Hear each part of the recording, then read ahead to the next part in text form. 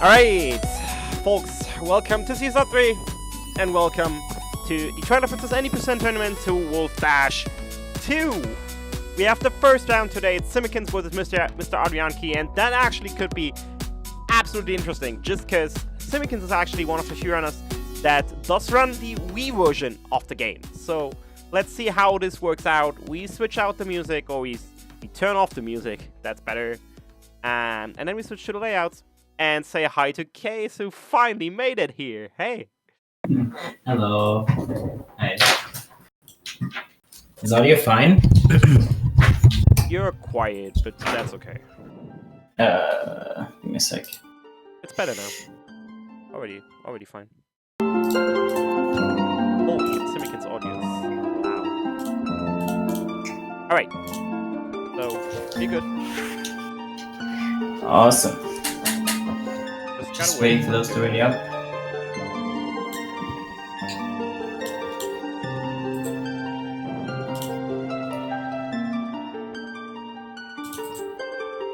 Yeah, you can. I mean, I can just. Oh wow. Wait, why can you remove me? Because I'm a mod on this app. Oh, interesting.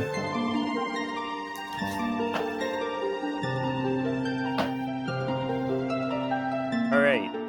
So, again, as I said, simikins is running on Wii, so his game feed looks a little squished. It's like not really squished. So I don't know, but you'll all see a different route, so that's nice.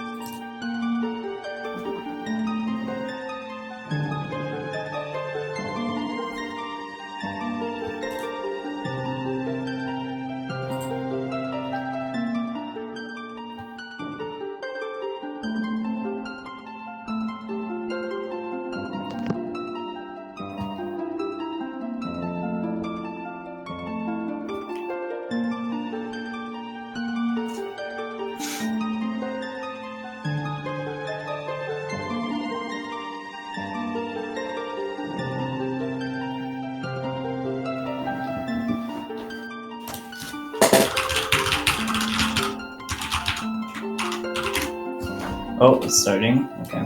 Hey! Now you see the countdown running down from 26, so this means you're pretty much synced. So everything you say is synced to restream, if you watch the comment. Okay. Yeah.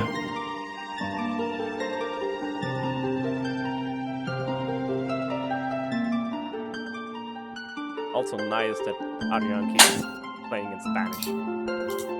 Yeah, I'm actually desperately looking for Let me check. I'll find it. for the language rankings. I'll find it.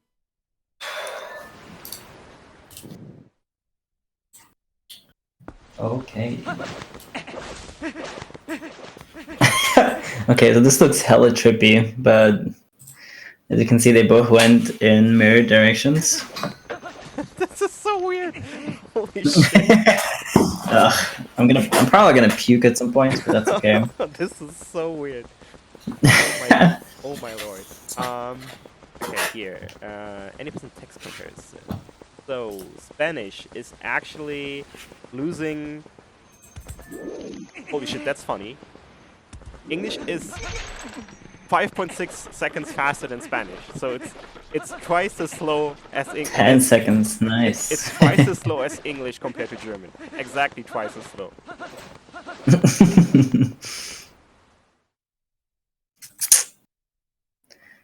Yeah, squished Wii, but that's all we were able to do.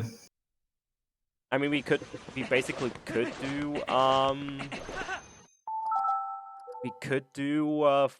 widescreen on one side and just standard on the other, but that really looks weird. So Yeah, no, it's fine, it's fine. Yeah, actually, what you guys see is the first difference between Wii and wait, what? Okay. Anyway, so yeah, the first thing you see is like the two different ways of doing back in time. So since Wii does not have a proper way of like there's no like fast reset button like there is on GameCube where it's like X start and B.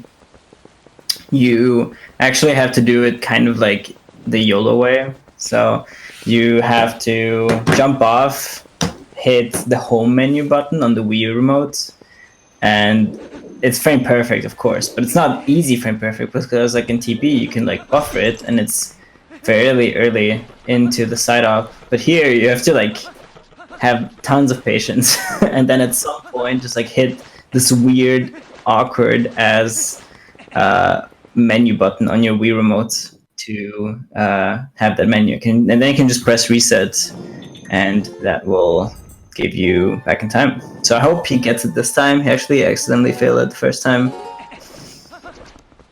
Yeah, while Adrian is already going through quests, her day 2 quests in Ordon.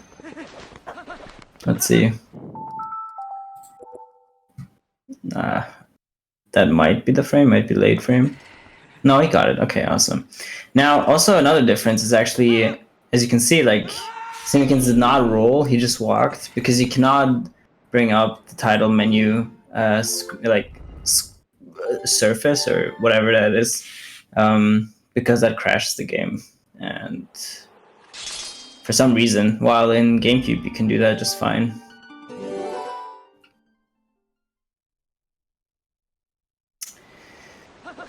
So yeah, now I'm thinking how much different those routes are. They are pretty different because we actually lacks a glitch, or not a glitch, but more like a way to do a certain glitch. It's called Boomerang LJ. So in this game, you can use like a boomerang, the Gale Boomerang, to throw it a certain direction, and Link can like jump attack towards that boomerang, making it like a very long jump attack. If you've seen TP speedruns before, then you know how they're done, or like how they look like. And so TP, we unfortunately, it doesn't have that. And the reason for it is because, not because they like hard patched it, but because Link cannot draw his sword while he's targeting the boomerang. That actually like breaks the target. So it's like hard-coded almost. But like Dragonbrain, a glitch hunter of this game, actually like tried or like hacked the game into a point where he he wrote like whatever program or cheat that forces the sword out on Wii, and doing that actually made it possible on Wii. But of course it's like hacked, but it shows like the concept that it's actually possible and doable, just not on vanilla version of Wii.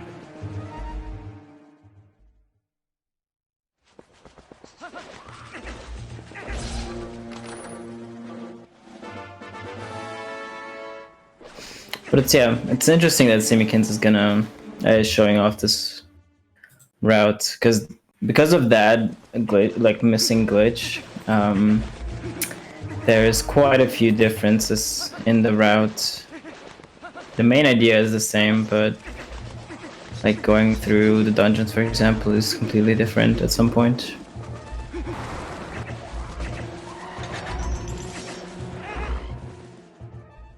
Yeah, he's doing Wii because it's like his only chance of showing the game off.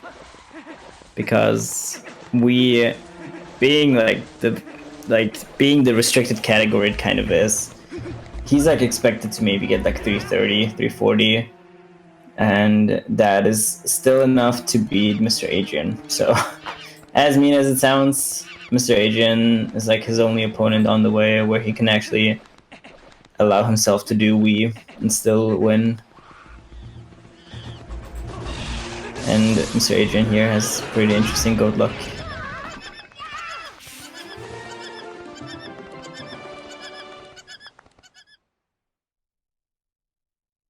So yeah, the first couple of, so if you're completely new, if you're like confused why Link has all his gear already,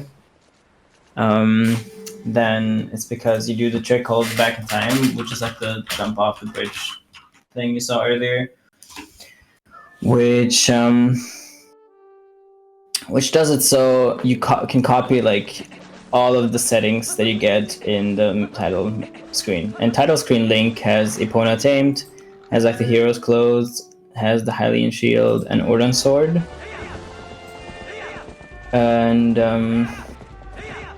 yeah, you can copy those over, meaning that having Epona tamed sets a certain flag in Ordan that assumes that you should be at least like close to like wanting to go into Gorn Mines.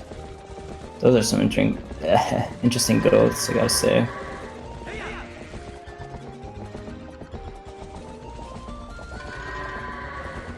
Two are refusing, that's okay. Yeah, both of them not really having the best goat luck. But they're not entirely RNG. You can manipulate them. For the longest time, people assumed they're not RNG at all, but they are, because like their sensitivity towards you just is complete RNG. Sometimes you can like just stand next to them and they will run away, and sometimes you can be very far away and they'll also just run away.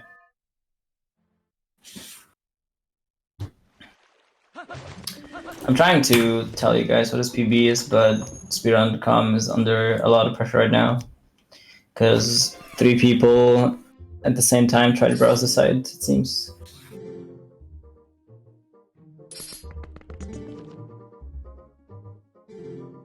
No, Broggles. Simikins has like a 342. Let me check.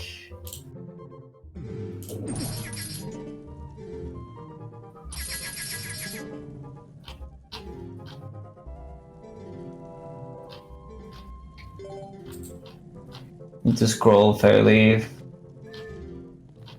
far up. Oh wait, can I not? Oh, there you go. Is there Adrian on this thing? It says like his PB is 418, and I think that seems to be the case on stream at least.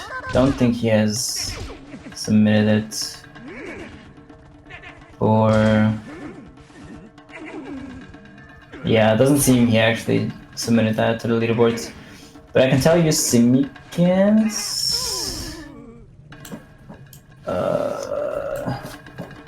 User/simikins.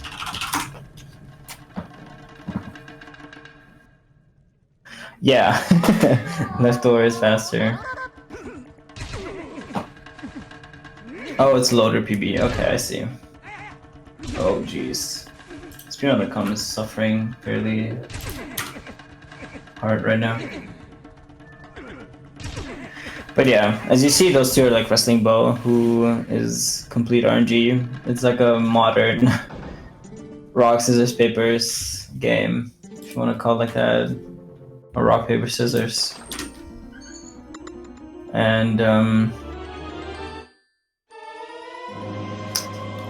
yeah.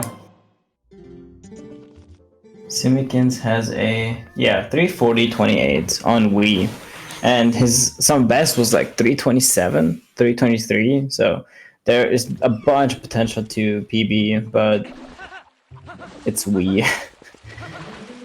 And of course, like one person, I'm pretty sure like a really good run would be like a 328 or something, 325. Maybe if more people actually like grinded it and like pushed each other. But that's not the case. There's 2 people, or like 3 people actually, that actively run Wii, and it's Simikin, Sabrina, and some Canadian guy, I can't think of the name.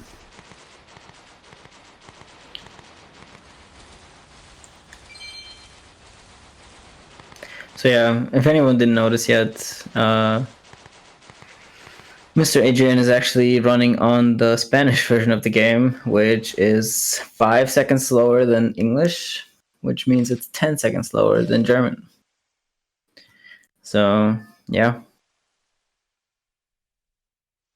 Text difference is, for most things, it's minor, but there's one huge difference, which is the bomb bag text. That one's like, you can instantly match through the text, while on English and any other version you have to like wait out the letters individually. Yeah, also you saw Simikins do box breaker, which the setup was found by a certain legend of the game. Don't remember who it was. He seems to be pretty good, and it saves like 2 or 3 frames and makes the movement a bit more straightforward.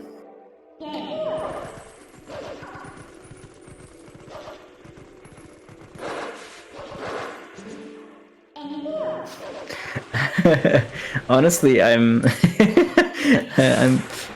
I'm laughing at like the mental image in my head that every time Simikins wants to do dash cancels, he has to press A and shake his remote. I like that. It's physical education while playing TP.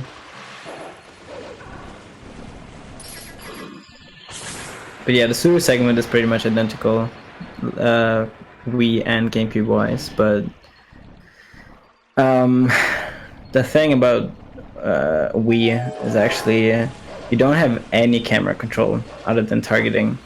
So sorry for my chair. So I would say it's harder, of course, because if the camera is pretty bad, you can't fix it. You just gotta like move around it. That probably didn't work. Simikins tried to do like a midnight tech skip. Yeah.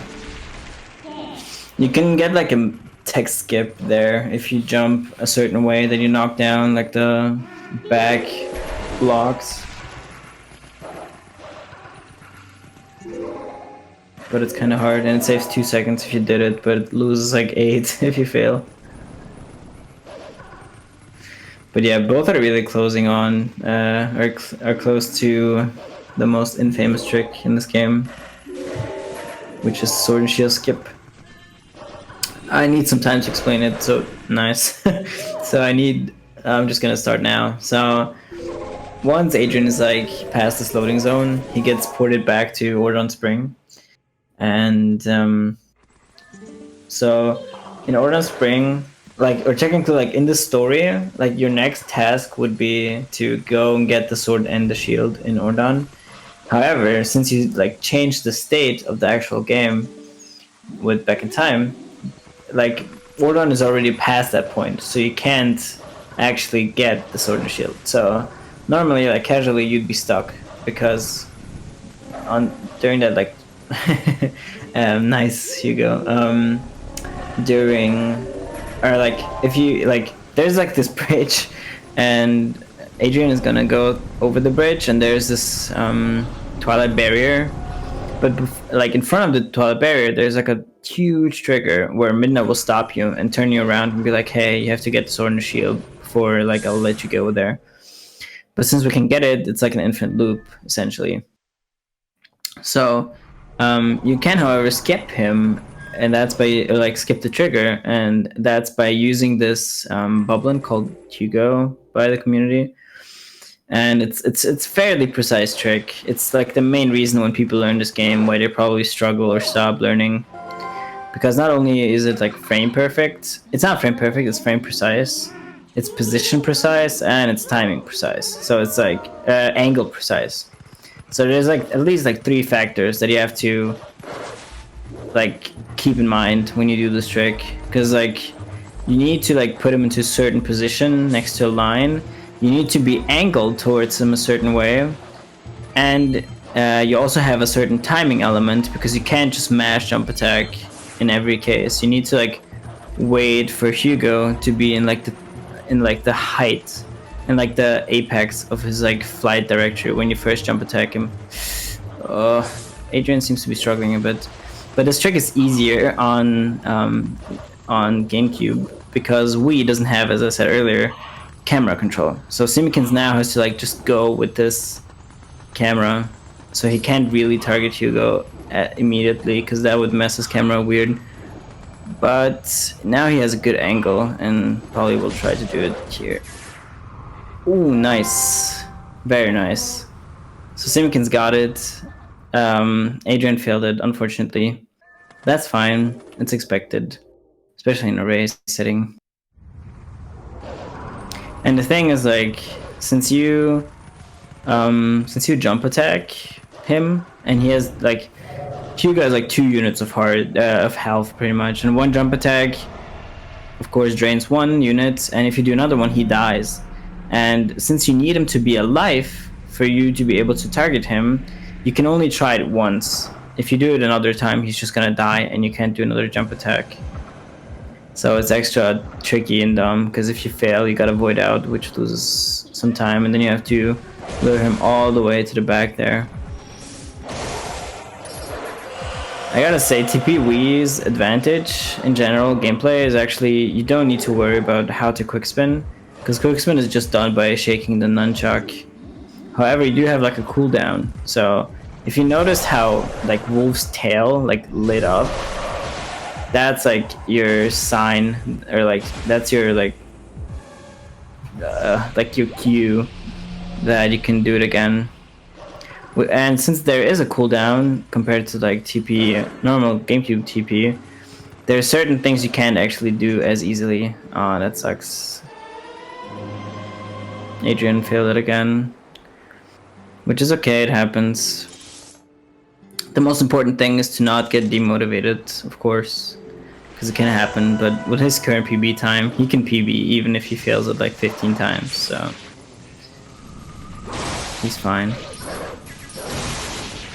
Yeah, so there you saw like him, like Simikins' tail lighting up, or wolf links, whatever. So Simikins is also clearing Twilight, because there's actually no way of, like there is a way, there is like a different route for this, but he already can't do that route anymore. It's completely different. I'm going to talk about it a bit later. But since, again, we completely lacks Boomerang LJ, you're only like, the only way to escape the forest early without beating the forest temple is the Boomerang LJ. That means that Simikins actually has to clear both the Twilight and beat the forest temple to proceed, which is unfortunate, of course, but that's just the game. Okay, let's see how Adrian does it this time. Hope he does it this time. Go. Hey there, how's it going? Hey, oh, JD, nice. I thought I'd join in for a little bit. That's good. That means I don't have to have a dry mouth. Nice. Adrian, oh no, it's fine. He only ran into the trigger.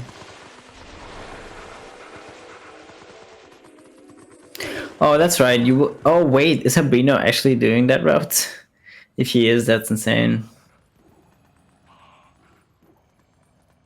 I guess in the meantime, I can actually just talk about that route. So there is like a route that is stupidly hard. Go. Yes, okay. Adrian did it. Nice.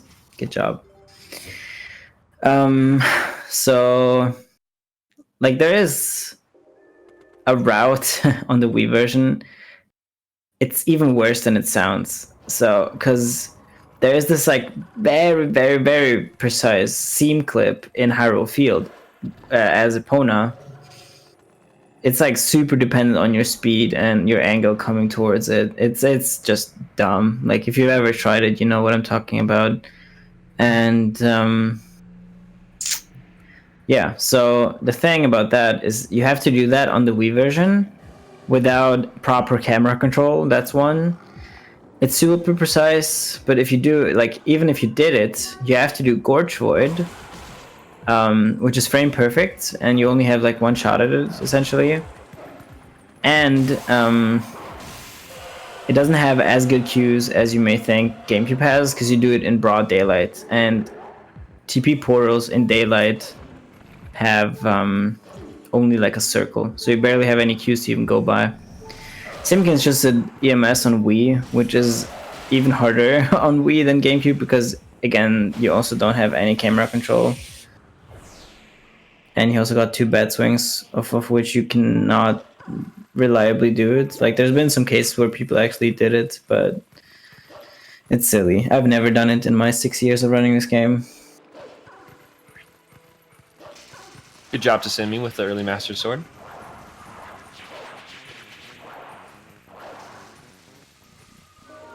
Ooh. So if you wonder what Simikins just did there, he made like shortcuts, or like he activated shortcuts. Nice. Which enable him to do a glitch later called map glitch, but I'm gonna talk about it when it's there.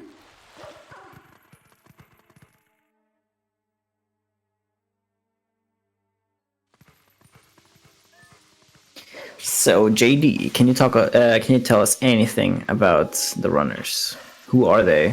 What are they? Why are they? Yeah, I know a few things about these runners. So this is Simikins on the left and Adrian on the right. Simikins, he normally runs the Wii version, and sometimes he runs the GameCube version as well, but mostly Wii. And Adrian, he currently has a PB of 4 hours, 18 minutes, and 18 seconds. I believe he is somewhat of a recent starter to the run. Yeah, he started like 2 months ago, 3 months ago. He's been in like chats forever. I know that, but he only recently started running on like USB loader. Mm-hmm. Yeah, Simikins has also been a huge, like, it's probably been, what, like 2 years maybe since Simikins joined the scene. Didn't hear much of him first, because he was really, like, in the shadows, but he recently started, or like recently, like maybe a year ago. Yeah, I believe I was gone when Simikins started. Yeah. Also nice, Adrian got EMS first try, that's really good. It's also really important for mental strength, I want to say, because TP infamously isn't the best game to race. At least it didn't used to be, but people got so good that it's actually somewhat expected to get at least most tricks first try. So definitely look forward to the later races. People will probably be hella close. The very first races will probably divide pretty early on and just stay divided, but like if you go and like if you get into like, I don't know, Nimzo Adam territory or something, those will probably be relatively close to each other. Or JD and me coming up in like 2 weeks.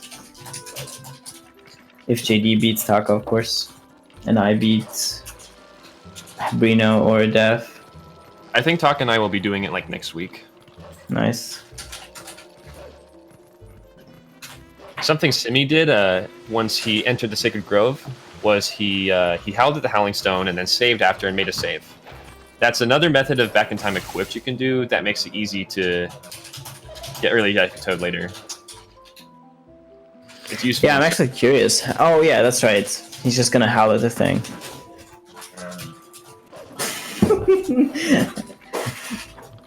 Not a Daf, but Adif or Adif or however you want to pronounce that. Adolf. Adolf. Please don't ban me, sorry.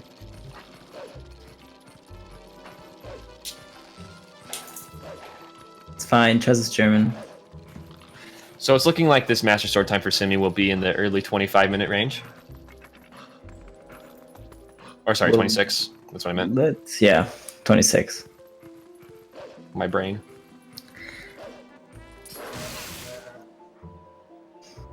Adrian is about to begin the fight with Skull Kid. The sparing session.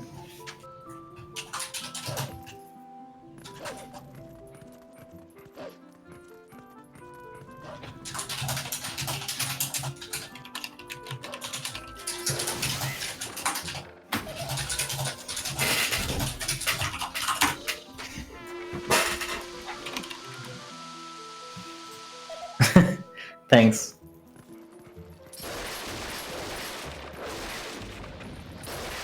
One year since you started running? Loud keyboard. I'm sorry. I was definitely out of the scene during that time.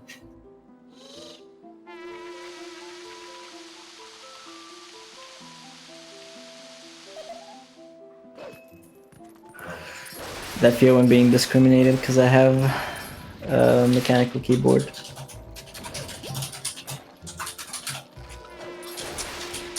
Just depends on the switches you have for it. Mine are speed switches, actually. Gotta They're have not the speed. worst. Gotta have speed, that's right. Do the speed switches make your TP times faster? You bet they do. Makes your split times just a little bit better. I don't know if you're hearing that. Are you hearing that? Yeah. It's kind of weird. So I don't know why, but it's windy here, and when it's windy, there's like this. There's something outside my window that my computer's It's the right pipes. It's the behind. pipes. It just makes this massive sound. It's crazy. Could actually be pipes. I'm not even kidding. I don't know if this reduces or increases the quality of the race. I guess we're about to find out.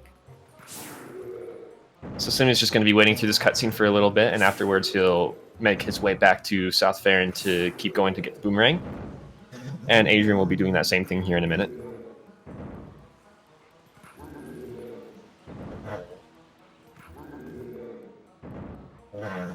That might be it, Adam. I might have to look at it with a ladder. Or maybe I'll just hit it with the ladder.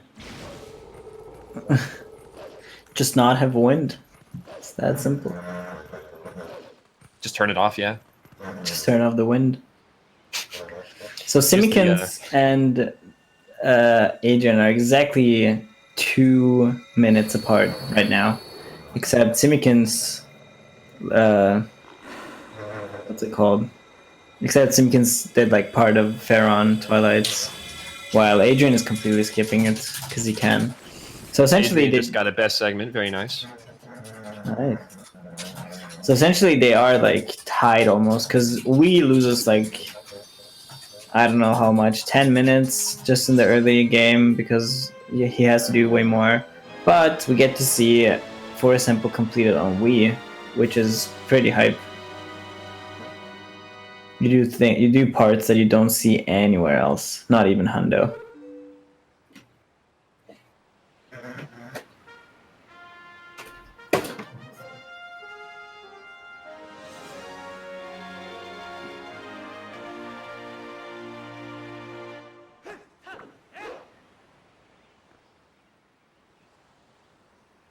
I think I fixed the wind problem.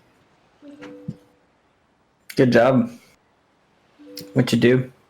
I cracked the window open a tiny bit. So Simikins is doing Purple Haze. Not skip, but like, oh, interesting. Nice. And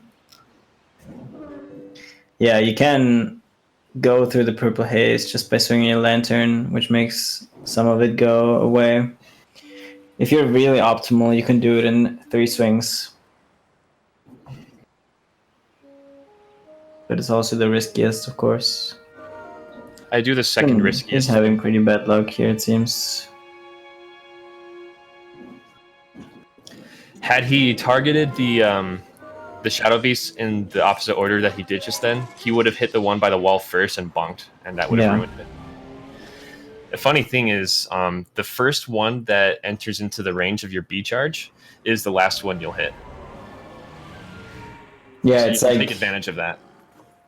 It's like the merit order. If you target 1, 2, 3, 4, it goes 4, 3, 2, 1. Interesting. Simi just had a little conversation with a monkey there. He's polite. New Zealand people are polite people. You can be a speedrunner and a gentleman at the same time. Yeah. So yeah, now Simikins has the Twilight cleared, which enables him to also get Ending Blow before entering Forest Temple.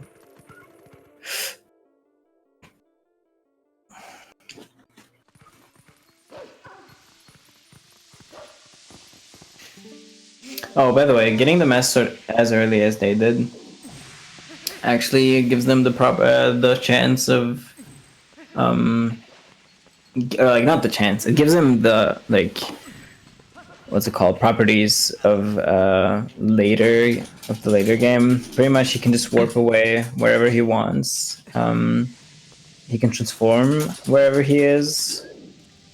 And he also has the Master Sword, which does double damage compared to the normal sword. Yeah, it's super nice.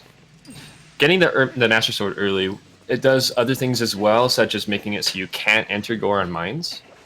In any percent, that doesn't matter because we can skip that dungeon, but if you were, say, doing all dungeons, you would have to do one or two means, one or the other, to get into that dungeon. You can either use the spinner, or you can use text displacement. But you won't find any of those things in any percent. That's because we don't need to enter Goron Mines in 8%. Yeah, exactly.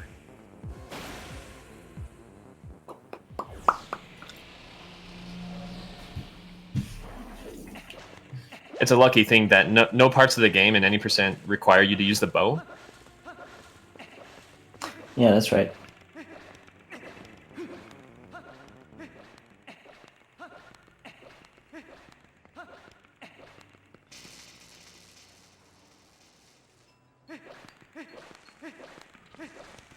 So the winner of those two actually faces Fino next.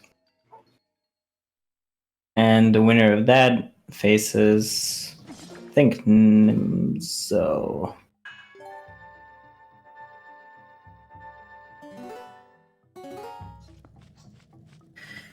How often?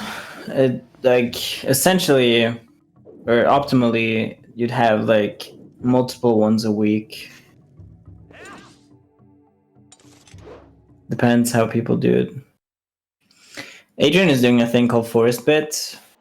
You can't actually do this on the Wii version because you can't do back in time equipped on the Wii version the way like Adrian is hopefully doing it soon. Because it has to do with him not being able to press A while he's on the title screen, and you need to do that when you do back in time equipped.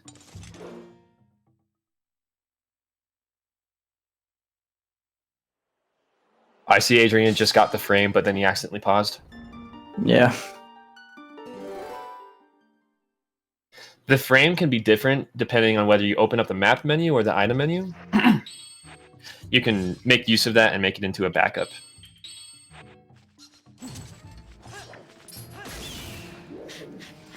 Still funny to me that he runs on the Spanish version. I didn't even notice that until now. Yeah. Said that. That's funny. So he loses 10 seconds by default.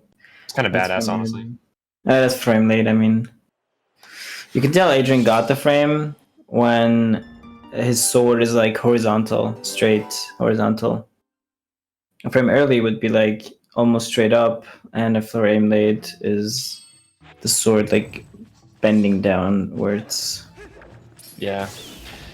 You want to try going for the frame where it's straight. Simikins apparently has issues with the Wii version. It seems the GameCube version had its toll on him. I always have issues with the Wii version. Yeah, I'm probably having a headache pretty soon.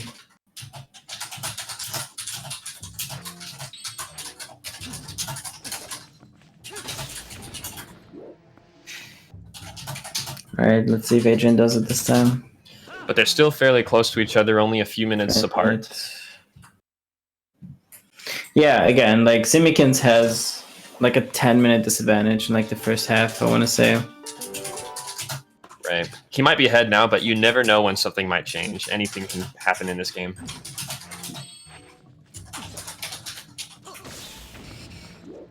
Adrian, if you can hear us, you're actually going frame late every time. That's 2 frames late. You want the frame where your sword is like straight horizontally. If the sword is straight with the item menu open, that's correct. And if the sword is angled down with the map menu open, that's also correct.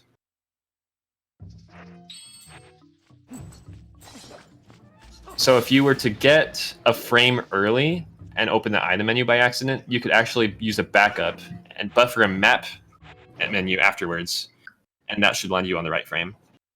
That saved me in a run yesterday, I think.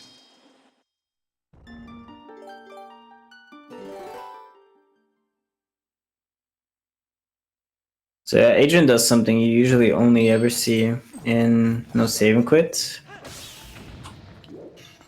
So pretty much Adrian is desperate. Yeah, that's the frame. Let's go. There we go. You got it. Very nice. Yeah, there you It go. can be tricky, definitely.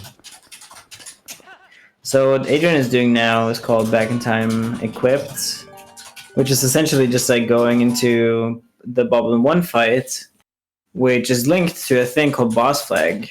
And there's some like trickery going on, but like what it pretty much does is just like if you reset during the cutscene, you stop the Boss Flag value at a certain point. Which, nice. Explain Back in Time Equipped in less than 10 seconds, I dare you. You enter a fight early, which sets a certain flag that is shared with the monkey flag. That means you can go through Forest Temple really early because you have 4 monkeys saved. Nice. But yeah, it's not that hard as it seems. Yeah, it becomes less and less tricky to explain as you go. Yeah.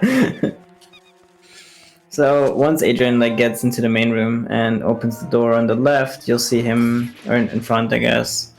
You'll see him have all 4 monkeys running towards him, because that's what you get when you change the value.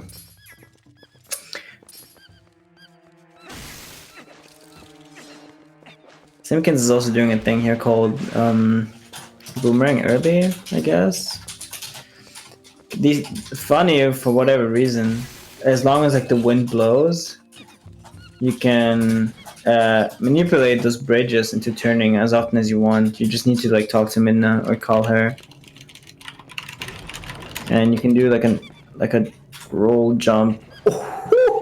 Nice. Now that was interesting. That was nice. You know, that's a trick right there that I wish was in any percent, because it honestly is really cool. I know exactly one person who disagrees with that, and his name starts with a Daf and ends with Jürgen.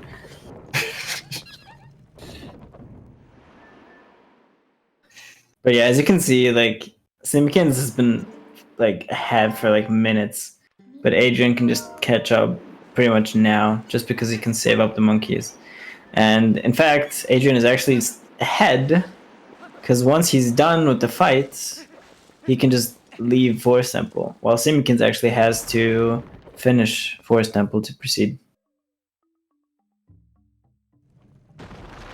This definitely gives Adrian an advantage. Yeah, for sure. But we get to see some Diababa action. Simikins also does Uklas, which is a really, really, really cool trick. And it's made even better because of the fact that it's the Wii version.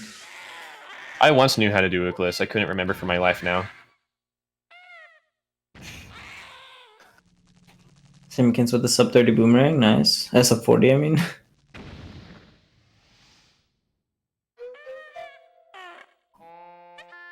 Aiming is a lot faster in the Wii version too, because you have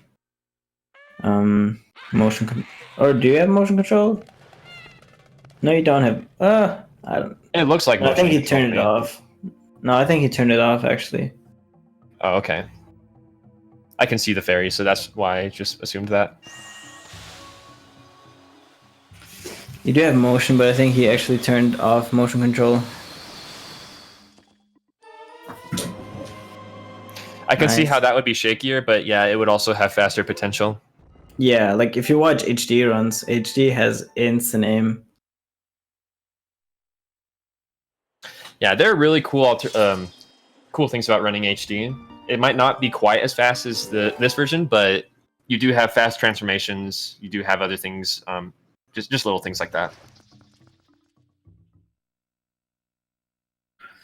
Cheating with amiibos. Simikins also have to save all the monkeys to actually get to the boss key area, or not the boss key area, the like boss door area. So yeah, as you saw, Adrian left Forest Temple, now warps warp straight to Elden, or go straight to Elden. Interesting. Nice. Not bad. Kind of cool Fair. how he did by the like there. Yeah.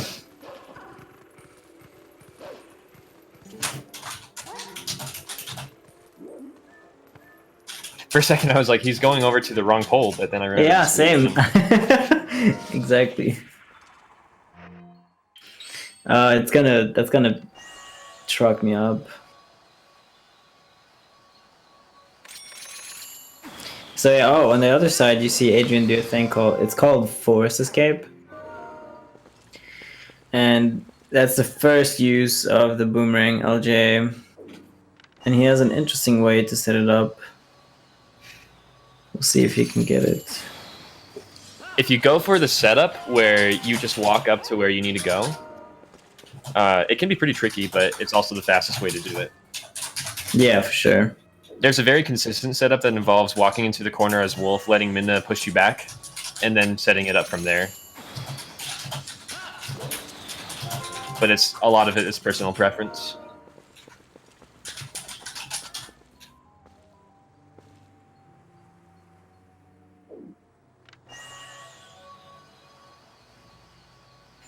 The reason why simikins boomeranged those spiders is because you can't, or very rarely actually get past them. The thing about them is they're not like OOT spiders where you just like have to stop so they stop being aggro at you. But in fact, they actually nice. Oh, not a bad idea. Using the boomerang from there to grab the bomb. Yeah. Never thought about that for some reason.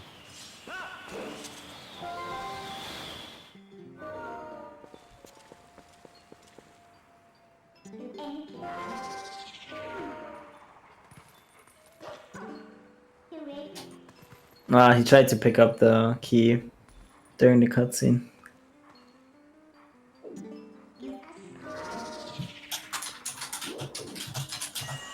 That's a cool optimization. That's cool.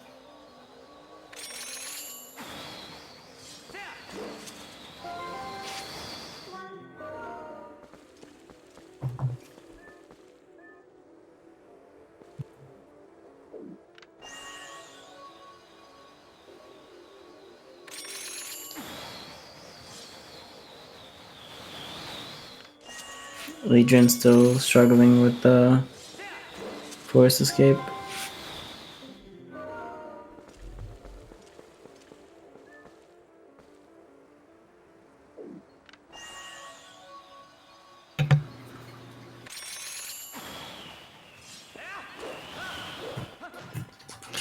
There, he got it.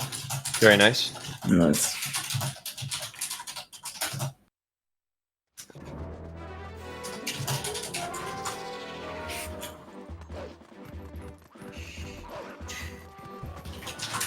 You can do a well-timed roll just before that cutscene starts as the gate opens, so that you get more distance towards the chest. It can be tricky though. It can be easy to bonk.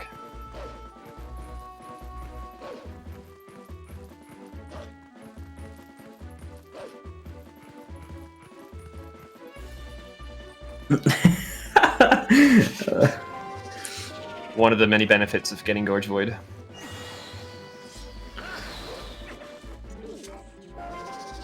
I would probably say Gorge Void's one of my least favorite tricks, but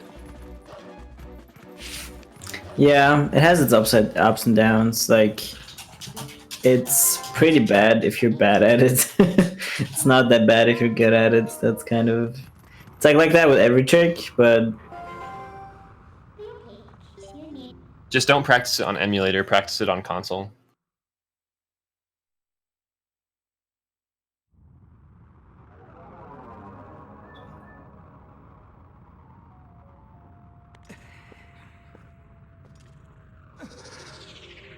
I've had bad memories with Forest Escape.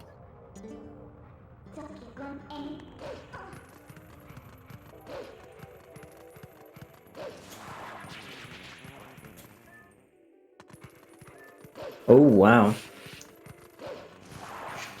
This is actually really interesting to watch because there's so many optimizations that simikins does that I obviously never saw with the V version. Same here, I'd have to agree.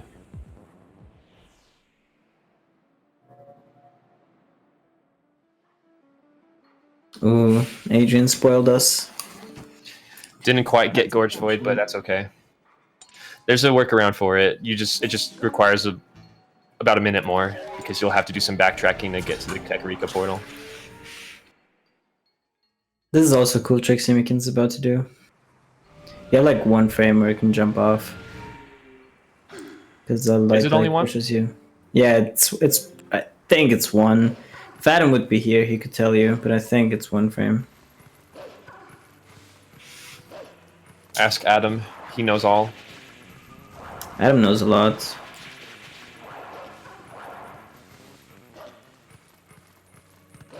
That's a really fast strat he's doing right there. Yeah.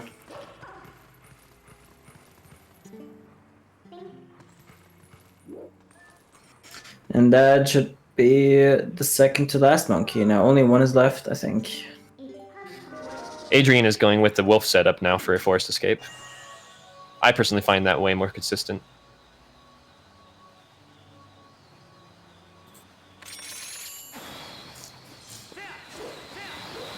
Nice, he got it first try. First try that time.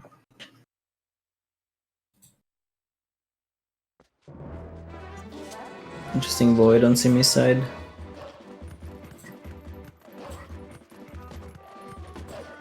I didn't quite see what happened there. I only saw as he was falling.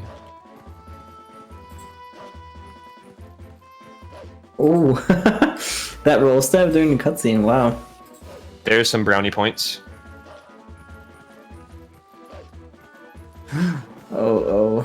Oh. Kinda scary, not gonna lie.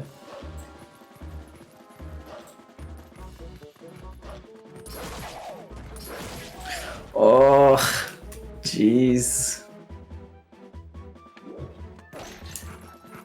There's not too much time lost there. Luckily, the game's pretty merciful about dying.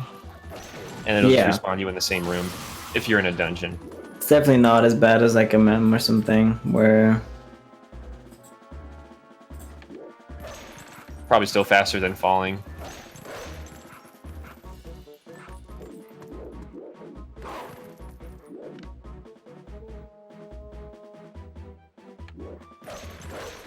Yeah, this is very precise.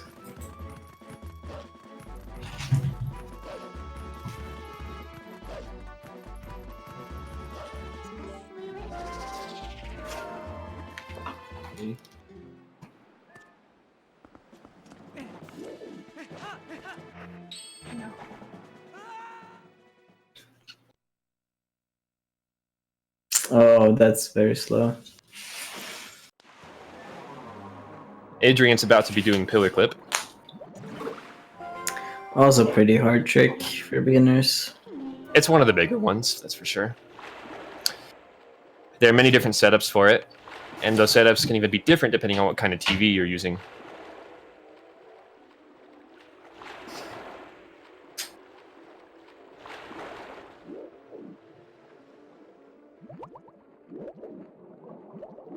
They did not break the cage? Not really?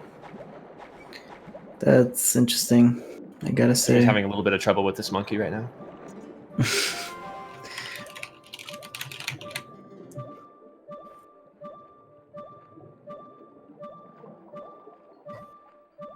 He wanted to be cool.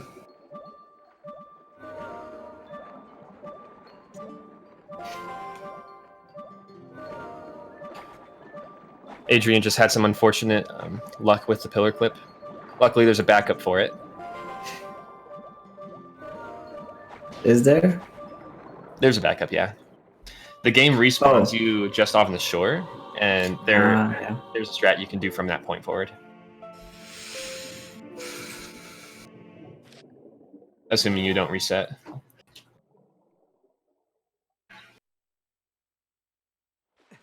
Oh, now is the last monkey.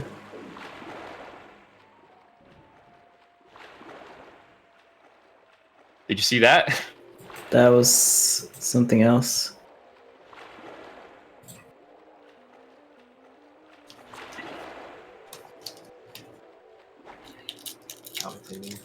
Simikins is actually a man, dude. He does it non-setup. What a legend. Do you volunteer or what? He should be fine. He can float up now.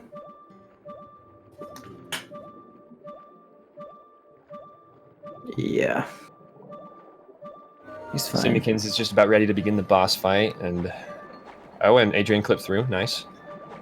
Now it's all about swimming in, but he should be fine.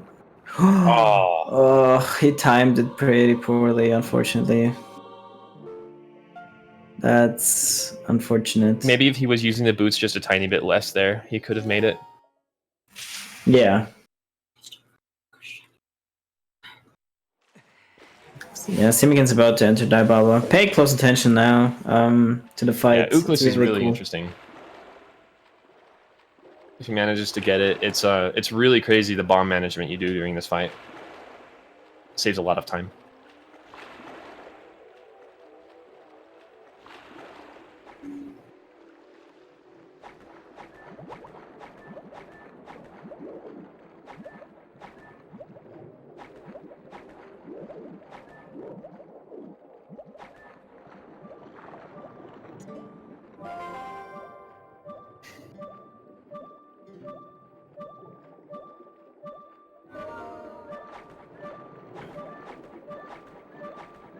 Is that the correct order?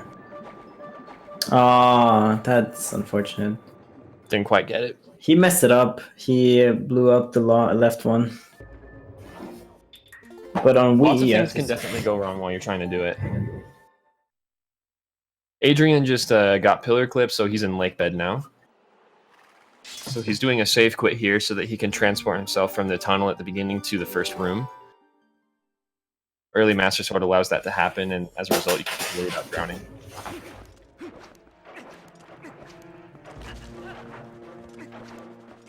Yeah, now this fight is kind of just wait and chill for Ook.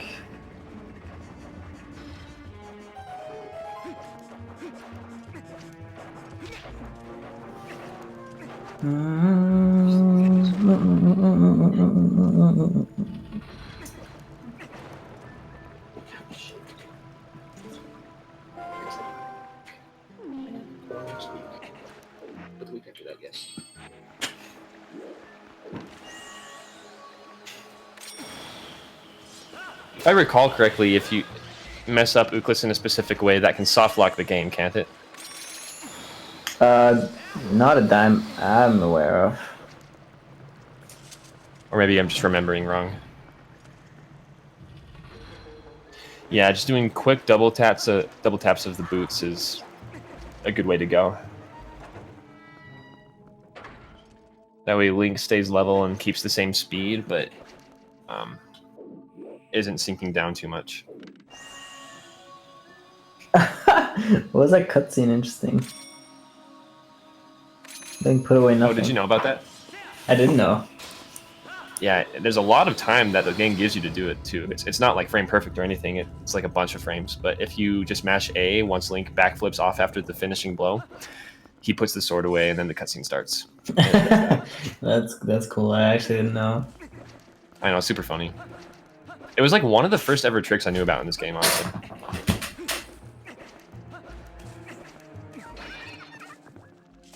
Wait, I'll be right back. Give me a sec. All right.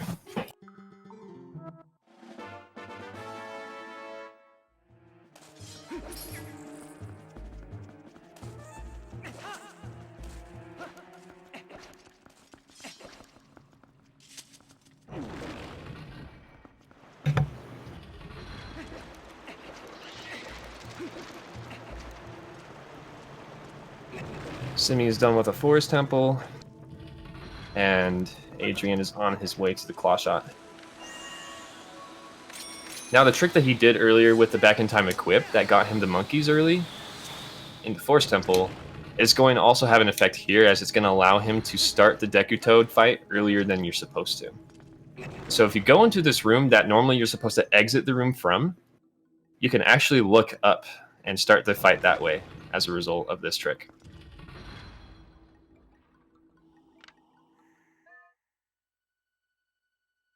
Now what he's going to try to do here is a one cycle for this fight. It's somewhat precisely timed, but you can use just Master Sword slashes to kill him in one cycle after you take care of the baby frogs and everything.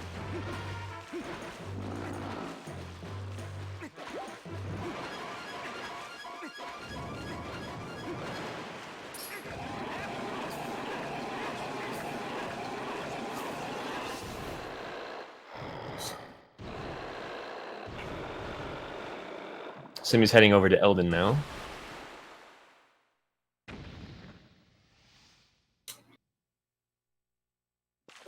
Alright, I got myself some ice cream. Good for you, dude. What flavor?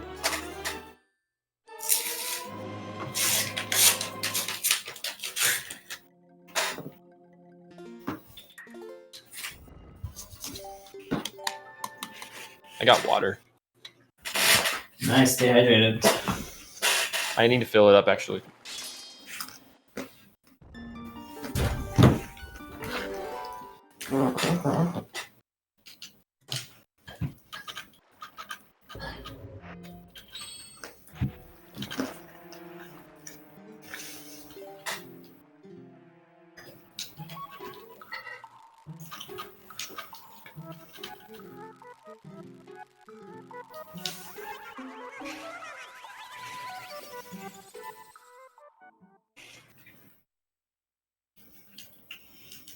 So Simi is approaching the Gorgewood area. Don't think it's Does actually... the Wii route do Gorgewood? No. At least not that route.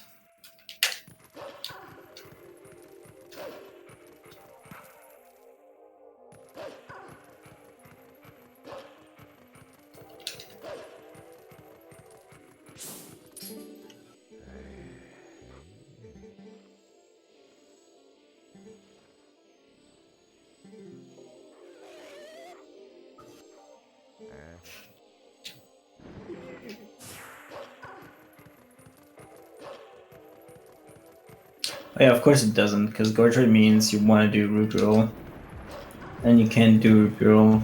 Right, that makes sense. Okay.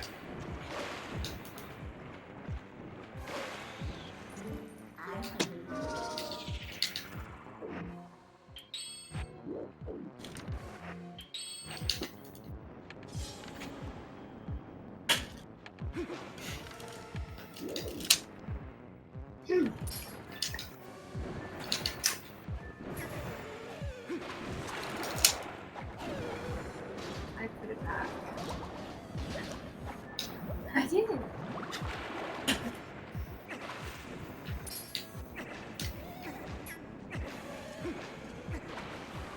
And what Adrian is doing here is Kargarok skip. What you can do is transform into a human and use your boots to make the Kargarok come into the water to follow you. And that actually drowns the person riding him, so that just skips the fight.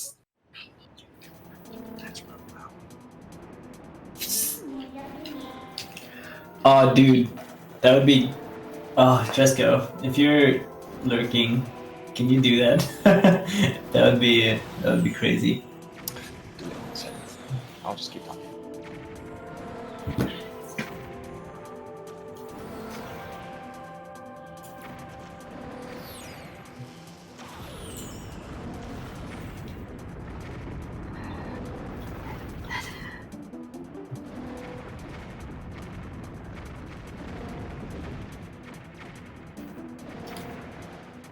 I might have to reload Simi's stream real quick. I'm just gonna refresh the page.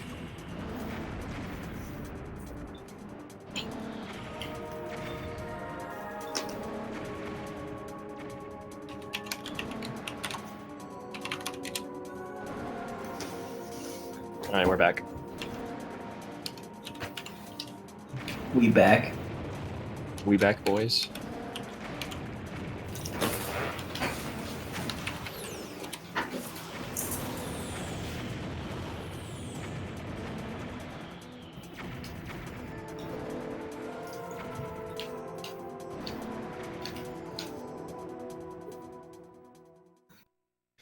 So I believe once both runners get the Elden Vessel, their progress should be easier to compare. Yeah, for now.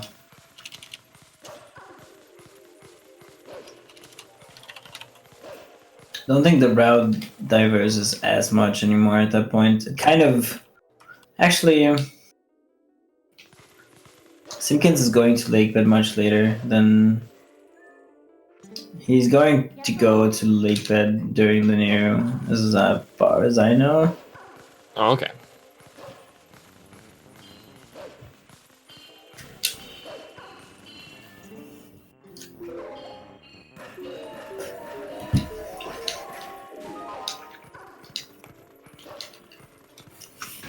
So if you paid Simikins. attention, Simi. Oh, sorry. Yeah.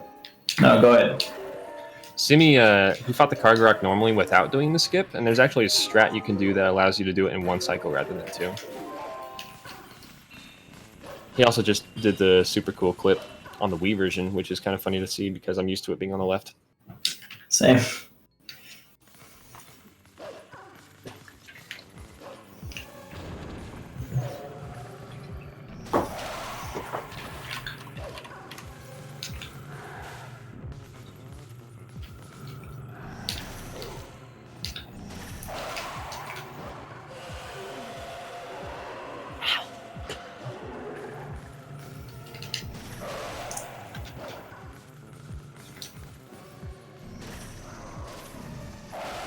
In a run I did 2 days ago that was on a really good pace, I actually lost it during the Kargarok fight. I got the clip, but then as I was approaching the exit that Simi is at right now, I actually accidentally clicked back inbounds and bonked against the ceiling. Oh dang! I know a Dav got that before. It is truly unfortunate.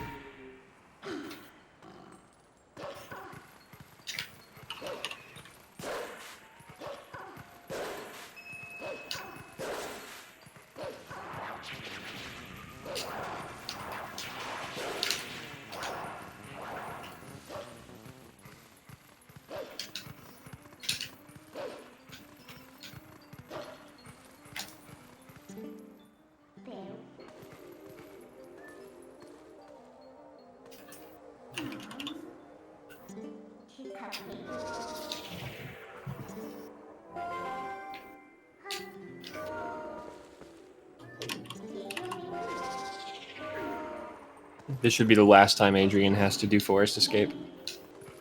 That's right.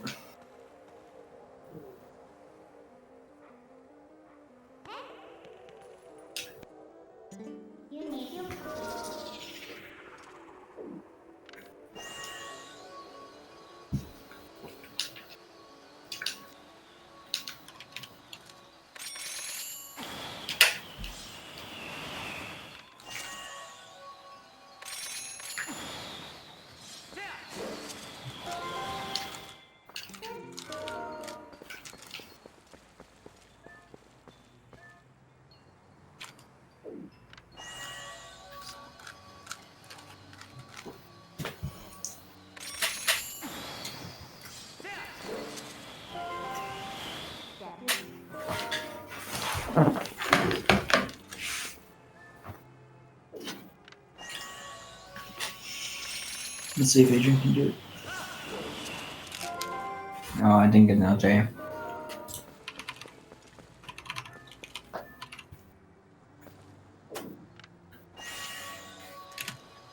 There's one frame where Simi can do a jump attack to skip a midnight attack skip here. Take midnight attacks. Yeah, he got it, nice. And Adrian also got first escape, so no more pain for him.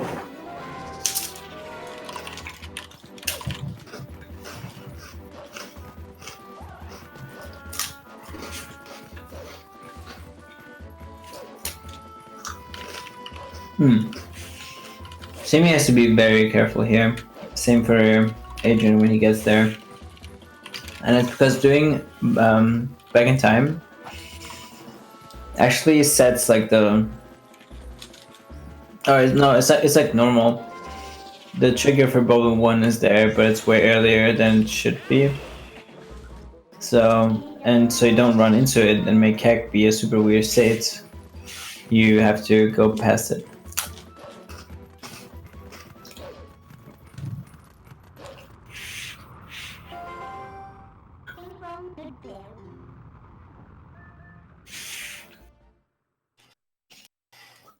So actually him and Adrian are now pretty close. Let's say they're like 2 minutes apart from each other.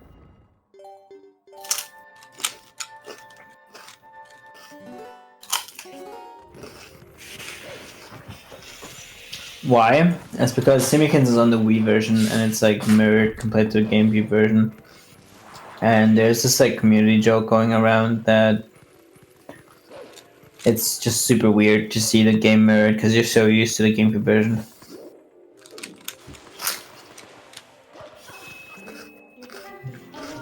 Do I hear someone cubing? Holy shit.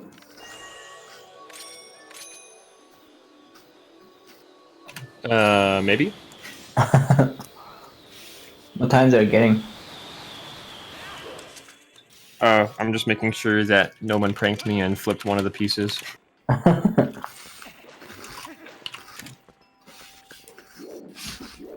Fastest I've gotten is like 51 seconds, I think.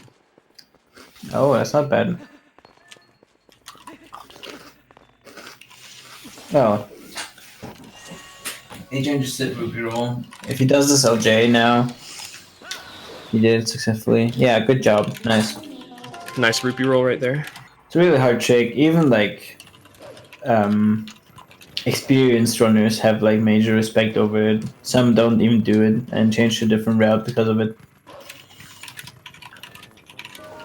So it's nice to see this like newcomers still go for the hardest things.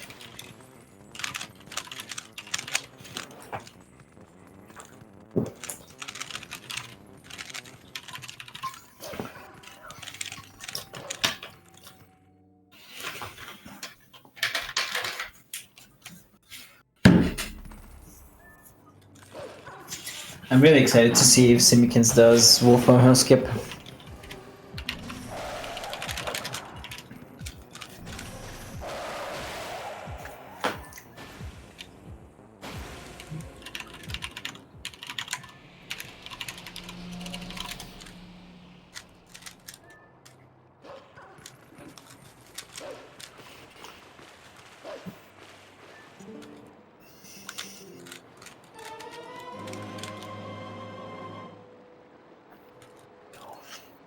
Oh, the mirror thing actually hurts my head. Oh. Simikins, why? Why do you have to do this to us, Simi?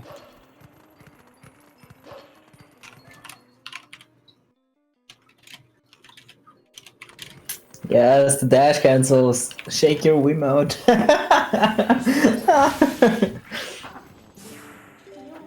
I tried the Wii version out one time, and I just started accidentally like attacking all the time while I was just yeah.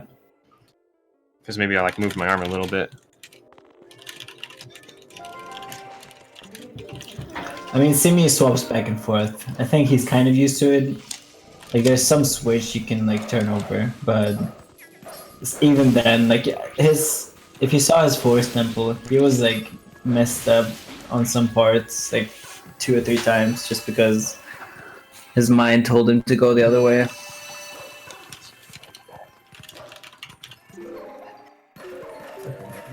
I put it back. Whisper, whisper.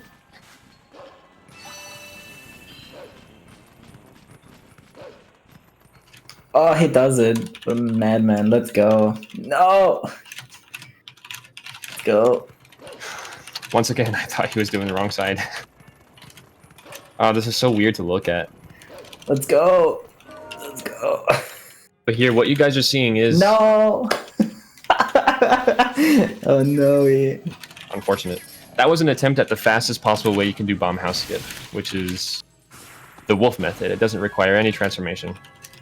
I think failing it once still breaks even with not going for it.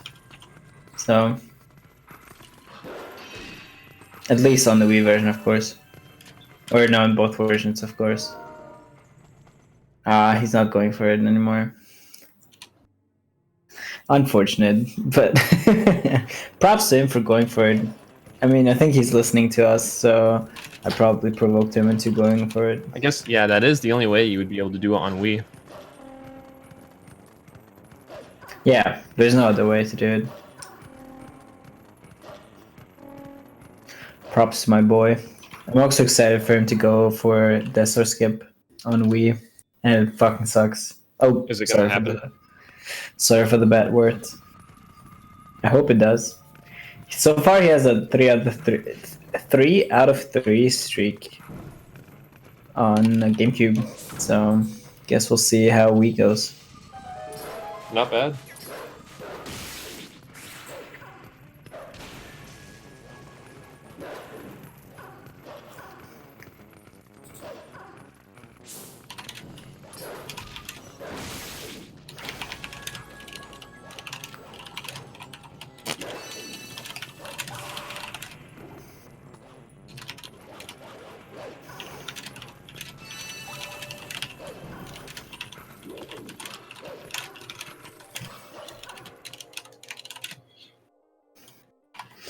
That was the accidental B attack. He just tried to set up, but he B attacked.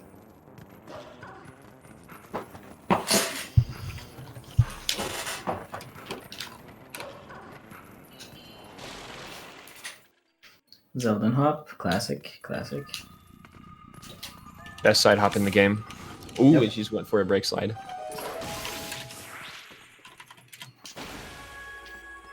Now, break sliding is the best trick you can do in this game. That's correct.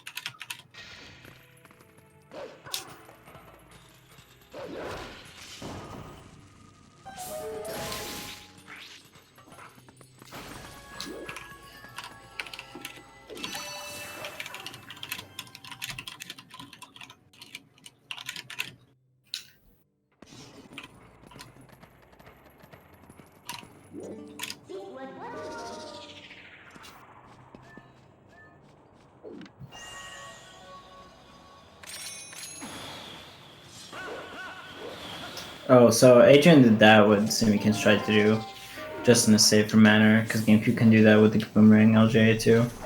That's the way I do it as well. I do it the Wolf way, but it's a bit different on the GameCube version, just because like the HUD gives you better visual cues. Because it feels like it seemed like Simikins had to go off of hearts. It's kind of weird and not like easy to look out for. How many seconds faster is the wolf way? Also, I'd go out for hearts, I think, actually. The wolf way is like, if done perfectly, you can save like 5, maybe even 6 seconds if you're like instantly climbing up. I've done But it I think a few like times. 5 is pretty much the limit. I'm gonna take a look at it. You can actually put it. You can actually put a clip of mine, like I clipped it, side by side to like a clip of you, and compare how much faster it is. Yeah, that could work too.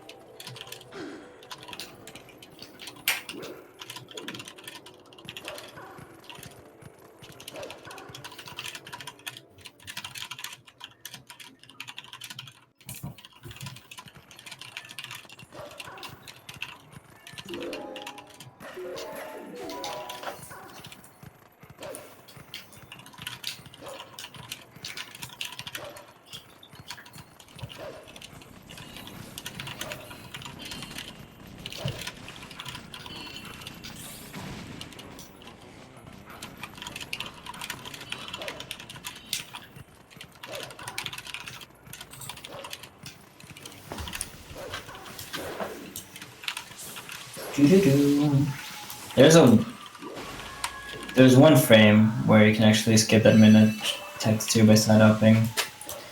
But what Simikins did there is called Rotella skip. There's usually like when you leave this place, there's like a text box of Rotella, or like a sequence of Rotella talking to you, the queen of like the Zora, but you can bypass that by going under it as human. There's like a wolf way to do it, but it involves the bug. What's it called? it involves the bug to be like you need to charge the bug a certain way and like a certain position, and once you do that, what's it called? It needs to be like over the water, and you can like hit it that way, which like sends you right under the tunnel, and I would save a bit of time because you would skip a transformation. Oh, nice! Simikins just hit the midnight day first try too. That's a trick you'll only see on the Wii version. Yeah. Like there's a similar way you can do it on console, but on GameCube, I mean, but it's not as easy on the Wii version as on the Wii version. You can't just do it with a box. You can do it with a rupee. Yeah, that's RNG too. Yeah.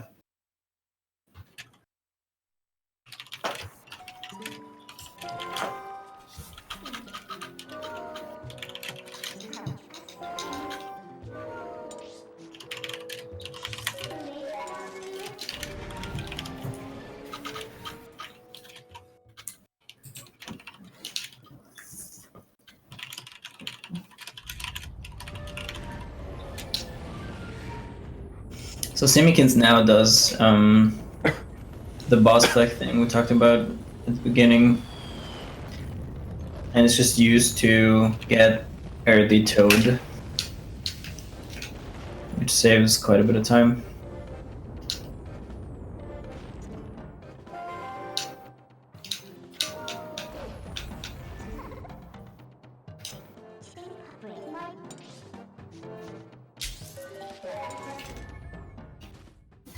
Oh, he just clicked through the gate instead of opening it. Oh yeah, holy shit. What a memer. That will get you through.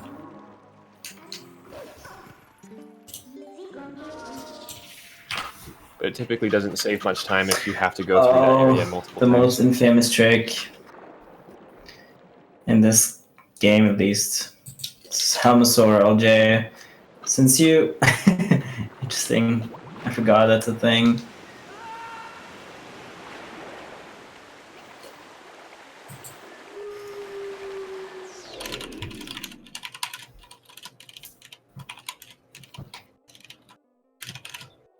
He tries to like manipulate him into a certain position, which allows him to do an LJ up. Holy fuck! And he did it. Look at that! It's such a difficult trick. There's not I can't even begin to explain. It's actually ridiculously hard to do, and he has to do it because he doesn't have bombs to get rid of the stalactites. So holy crap, that was actually really good Simikins. That's what you do in the Wii version as an alternative to LJA. With Boomerang. Yeah, exactly. But that looked really cool.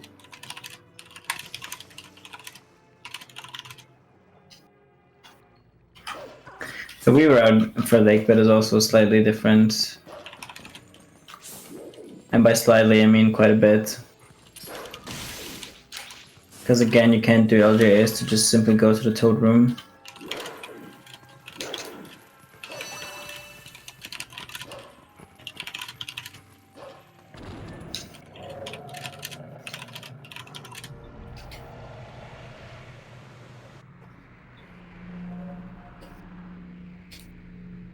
Simikins doubting himself.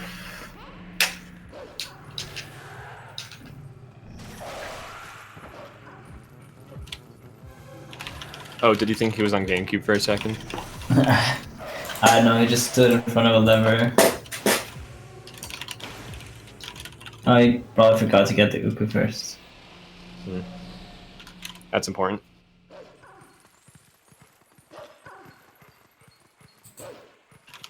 Ooh, interesting. Nice jump. Yeah. There are definitely some really cool things about Wii version.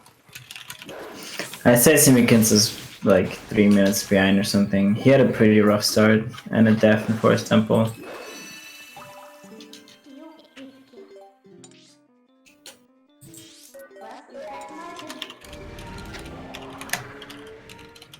But then again, I don't know how good his 90% time is.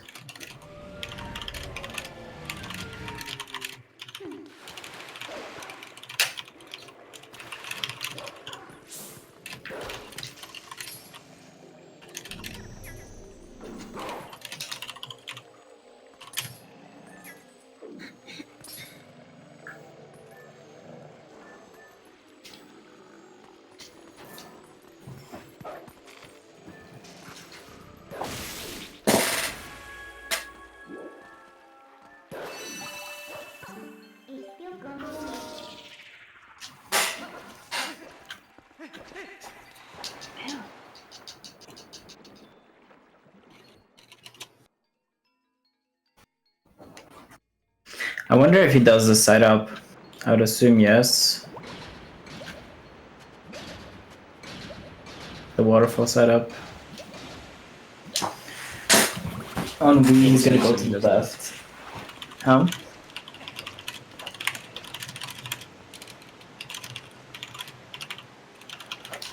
Looks like Adrian did it the normal way, Yeah. But which is only Simikins- 10 seconds slower. What is he doing? Oh, he fell down. Uh-oh. Fastest way is probably to just save warp up, but he don't know if he knows.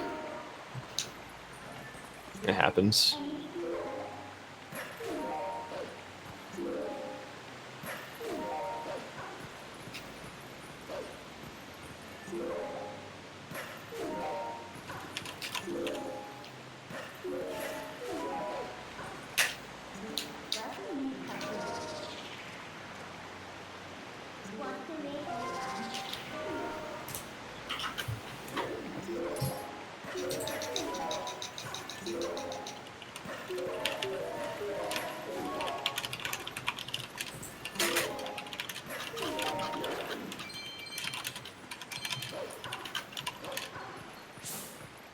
The bug just left.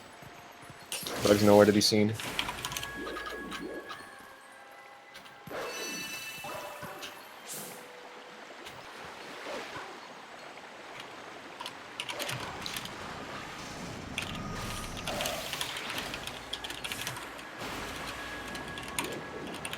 Alright, let's see if the madman goes for the setup.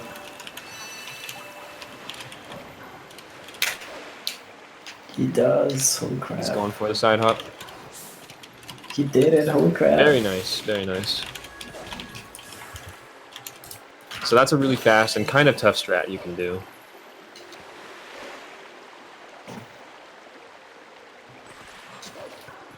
He's more mad than I am. I don't go for this setup anymore. At least not for Audio's now. pretty mad. I'm mad. Yes. I am amazed.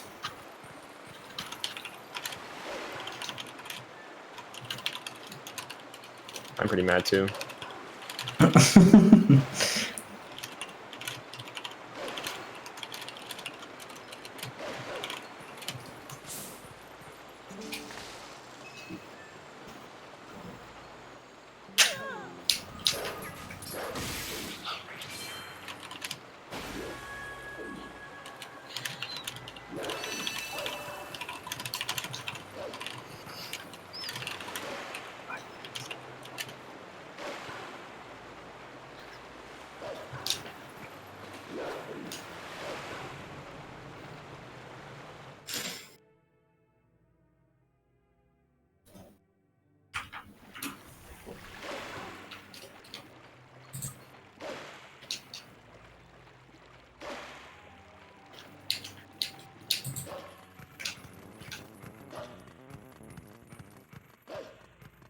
What? That's Scream.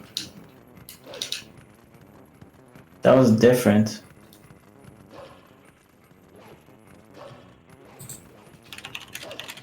I just screamed differently.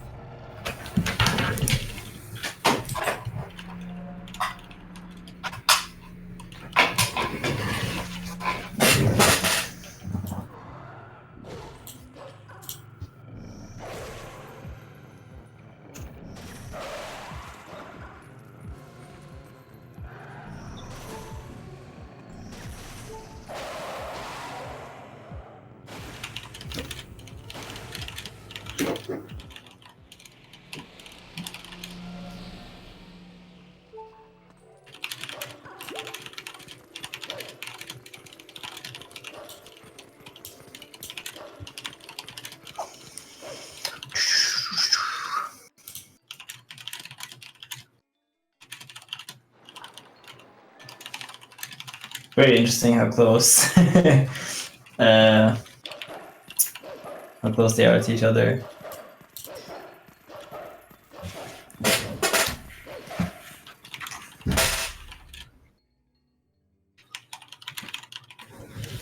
Yeah, it's crazy how they just kind of evened out.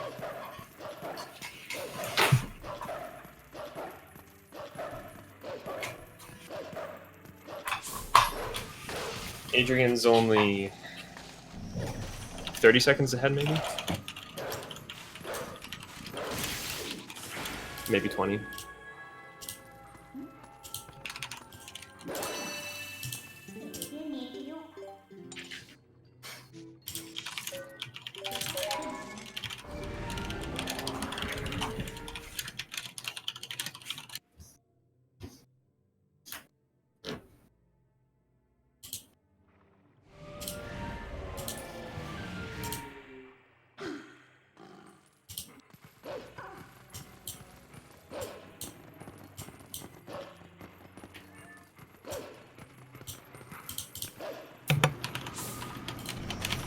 If the splits are correct, Adrian should be ahead of his PB by about 6 seconds.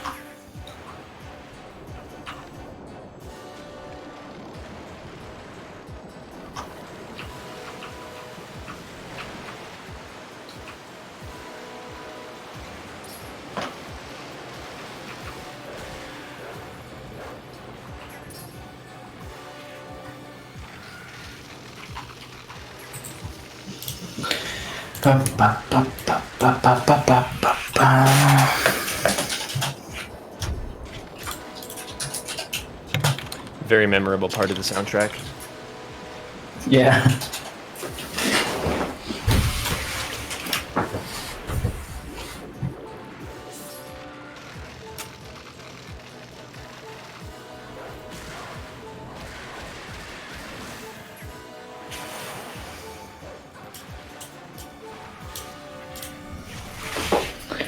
Yeah, this boss you can do like big grabs on it pretty interestingly.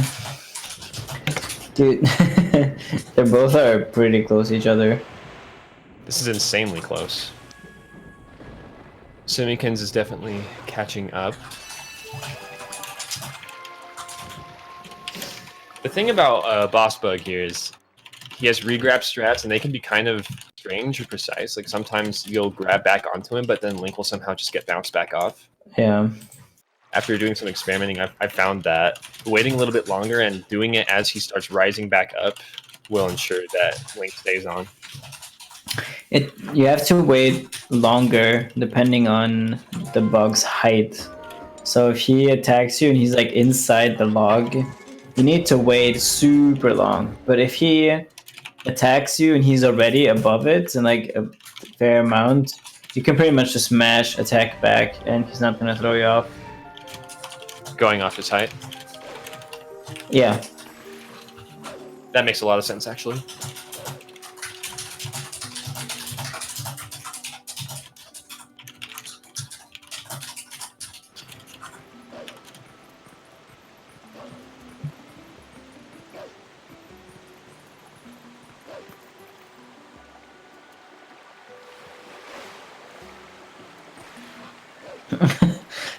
I don't know if that was actually intentional or not, but Simikins went to the right and then jumped all the way to the left. I don't think it's faster. It looked interesting, but might also be cheesy, like GameCube memory, muscle memory. So yeah, this is like the first. It's like this is like the first third done of the game, pretty much. Accident, nice, good job. Adrian needs to spend a little extra time here so he can get the Howling Stone for the ending blow later. Oh, that's right. Simikins already did it.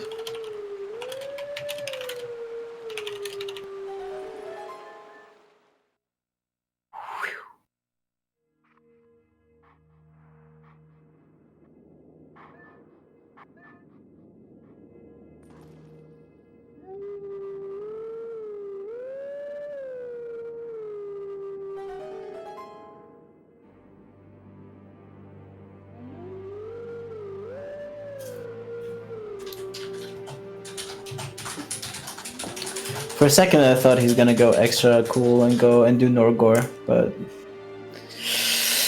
I guess he's not as ballsy. That's pretty ballsy. To go for Norgor? Yes. Yeah. I haven't been able to figure it out yet. I'm fairly decent at it, I would say. If you do Norgor, does that skip having to go to Lake Bed temporarily to empty out your bombs, or would you still need to do that? No, yeah, I mean, you have to go to Lake Bed just to, like, Uku out to Isa, but, yeah, you immediately Uku again, and then, like, it skips emptying out the bombs, but you have to do this, like, kind of weird setup to it, and you also have to, what's it called? You also have to, what was I gonna say? Jesus Christ. Oh, you also can't do Rocket Link. He never ST on purpose. That's correct. He is actually a Smash player. He played the worst Smash game of them all, being Smash 4. Does he play Melee? I don't think he actively plays Melee, but I know he like ran tournaments of Smash 4 at some point. Oh, does he mostly play Ultimate then? No, he hates Ultimate. Oh, well, it seems to be one of those two games at this point. Yeah, like every Smash 4 player migrated to Ultimate, but Simikins hates it because it killed his favorite character being Sheik. Oh, darn. Yeah. Just play Brawl. We can. Yeah. That sounds exactly like Simi. I couldn't make him run GameCube here, so. But it's fair. Like he said, he wanted to show off. Simi is very much his own man. If he wants to run the Wii version, he'll run the Wii version. No, it's really nice of him to show off this route, because Sabrino apparently does the other route, which is something else, but yeah. Oh yeah, look at this. This is a really cool. Like, you never see this room anywhere. He has to get rid of all of his bombs because he's getting water bombs from that chest. It is cool having more active Wii players show off that route. Everyone needs humans with special needs in their circles.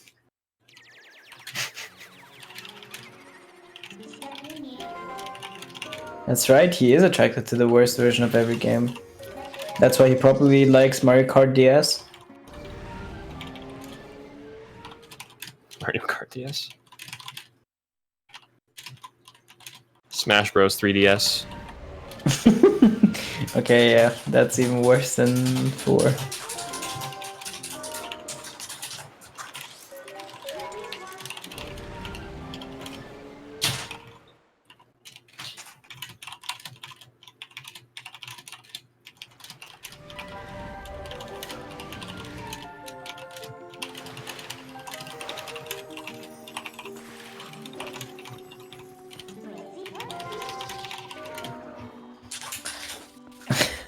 I like how their routes all just a line again, like So this is another. Adrian doing the exact same thing as Simi just now. It's kind of cool. Huh? He's winning, he's winning. This is Adrian. This is. He's just farther along. Wait, no. Never mind. He just did that. Wait. Yeah, they're both pretty close right now. Yeah.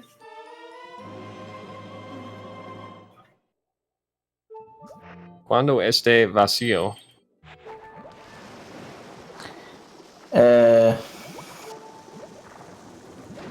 No habla español. I don't even know how to say same.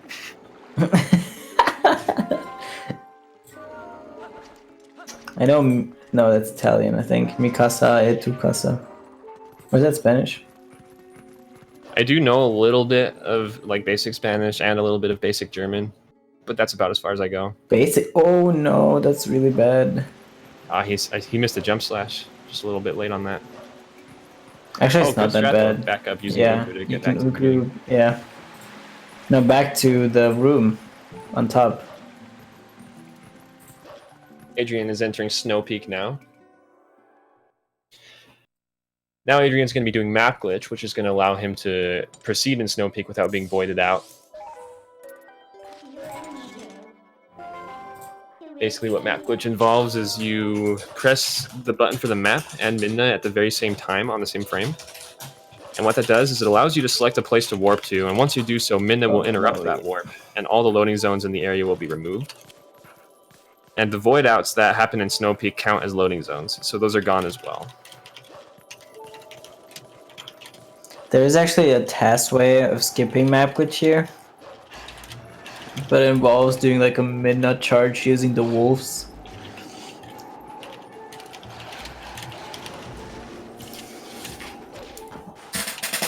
Simi, when was the last time you ate?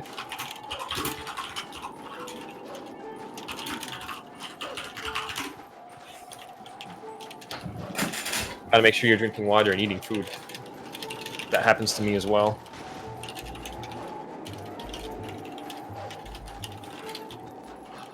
But yeah, being nervous makes it happen a lot faster. You can just like start getting shaky and sweaty. He's fine, he's gonna get it now. Yeah, we're all good, we're all good.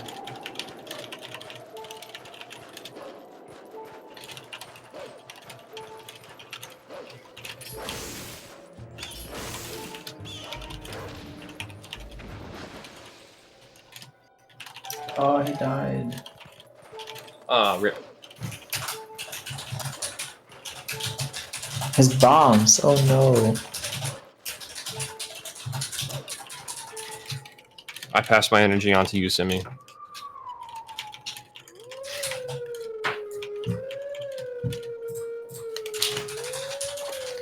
Yeah. Goodbye, one bag. But it's not that bad, I think.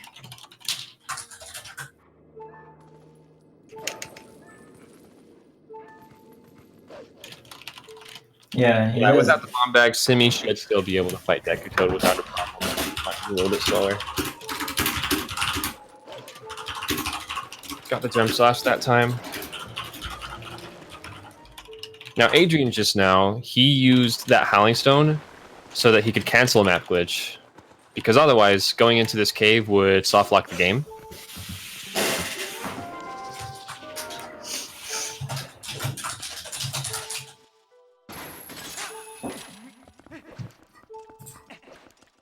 Now he's just going to make his way to Snow Peak Ruins. Assuming he's getting the claw shot.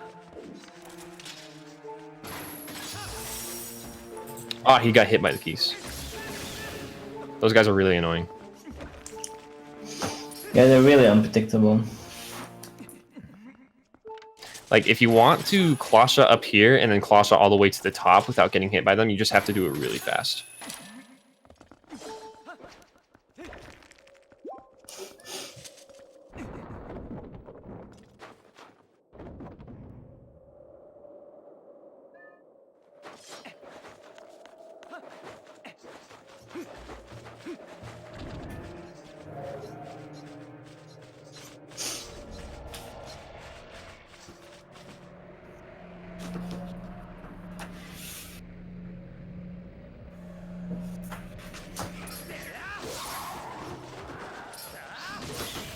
Bye bye, Hermione.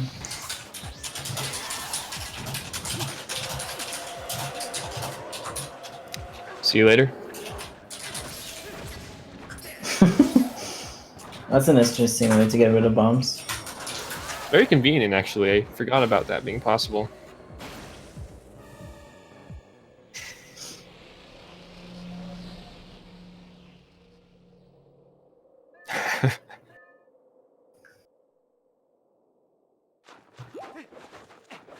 It's gonna keep 4, probably for later.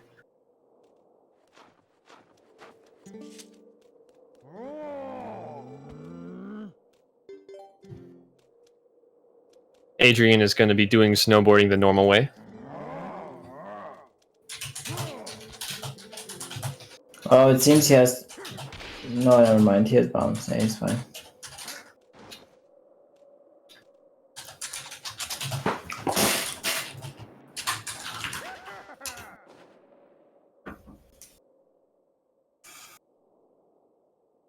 I thought he has to do Kargara the thing again.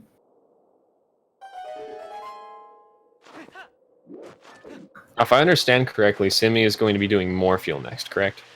Yeah. Okay. Looks like that's where he's heading.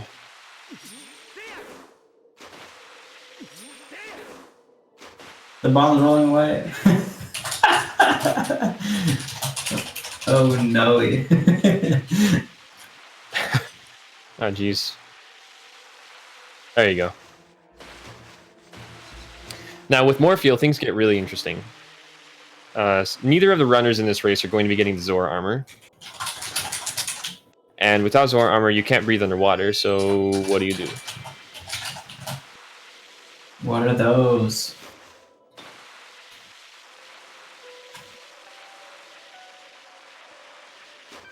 No, it doesn't. Yeah, I was just gonna say, I don't get those.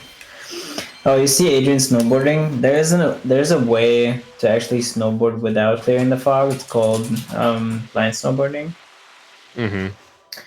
And what it does is, or how it's done is by skipping the messenger fights by LJing towards the Yeti, and that makes it harder to do the snowboarding session, but it's faster by like 15 seconds ish.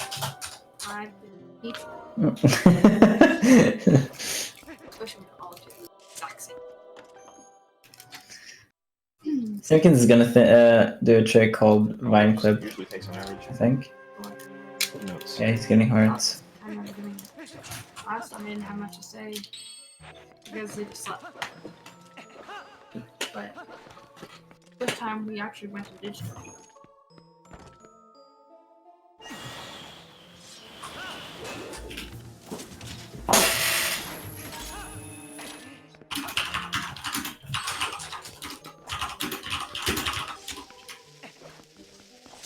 So yeah, Adrian is going through Snow Peak now, and Simikins just entered Morphle, which Simikins is gonna do. He's entered right Morphle with after. Vine Clip, which is a cool strat I haven't seen in a while. Yeah, that's how we used to do it before the bridge method was found, or it was found to be faster, I guess. I think the bridge thing has been skipped for a while. Or it's the fish's poop. Morphle is a scary boss because if you die, you lose around 4 minutes, plus like 30 seconds, give or take.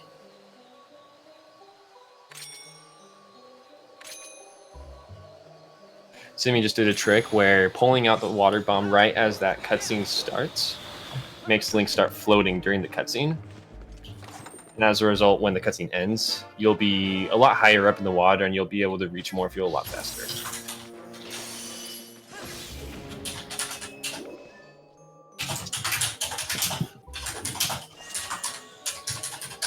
And when you're holding a water bomb by force unequipping your iron boots underwater, you refill your air meter, which is how it's possible to beat Morphle without Zora armor.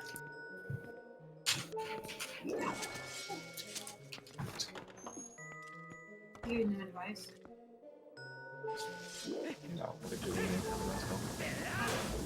Morphle fight on Wii is so scary. It's the same thing, but equips are so weird.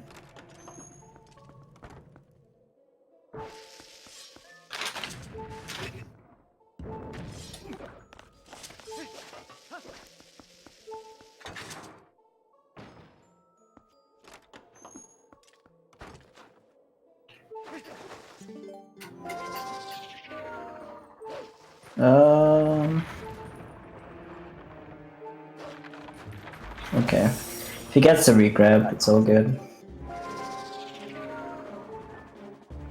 Now he's going to go for the regrab. Nice, okay. He got it. All right. That basically makes it so you can get back onto Morphle again really quickly and just get the next cycle done. So good job. Good job. Pretty good.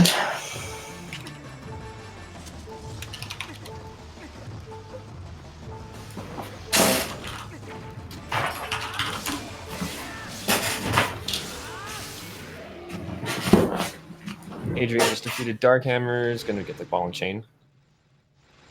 And then he's gonna save warp and Uku back to Lake Pit and do the same thing as Simi now.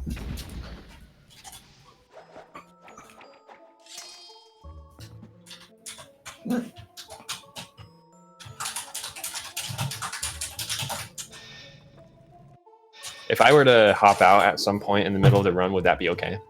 Yeah, of course. Okay. At some point today, I might just do some runs of my own. Fair, fair. Watching TP gets you in the mood for it. I would if I could, but it's almost 11 p.m. and I have work tomorrow. How long do you work for? 9 to 6. That's a decent shift. Yeah. Yeah, it's like 8:45 to 6:15. So it's like 10 and a half hours. I would have been working right now, but I got this weekend off because I work in a factory and they didn't have enough machines running this time for people to work at. Yeah.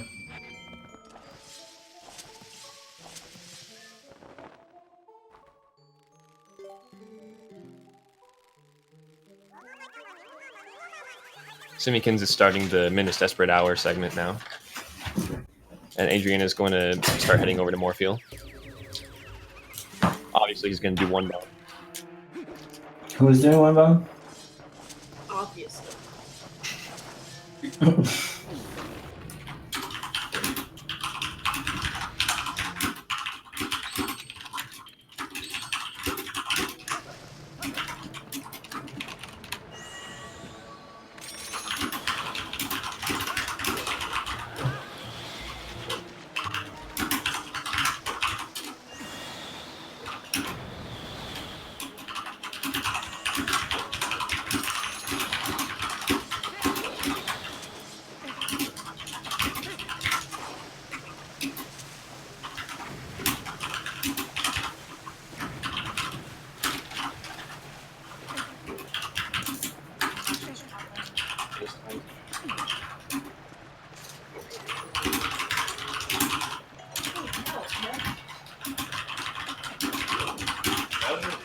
manager like that, so that would be just a little overreaching. The pitch would turn into a block.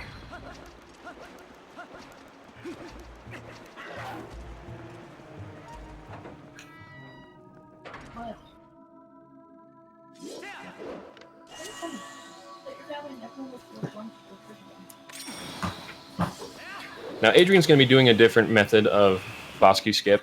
You saw some of you do the vine clip. This is the bridge clip. It's slightly faster and slightly newer.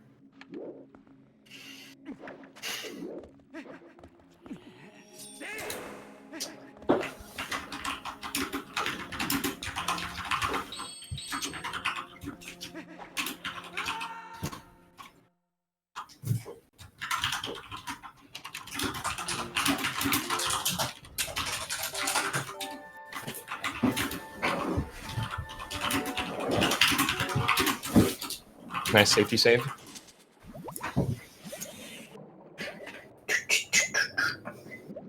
Now that's a side hop I didn't know you could do into the window. Yeah. That's cool.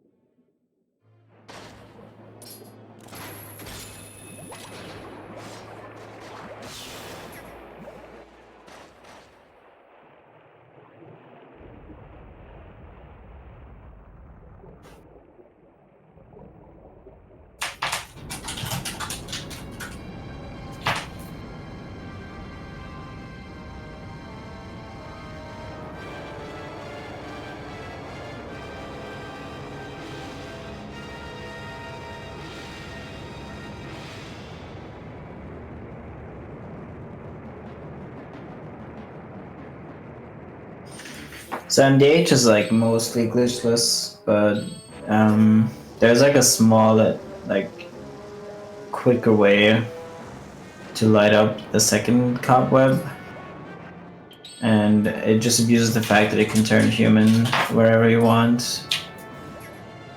So Simikins is gonna climb up here. There's a quick climb you can do here that he missed, unfortunately. And yeah, here you can use a lantern to light this thing up.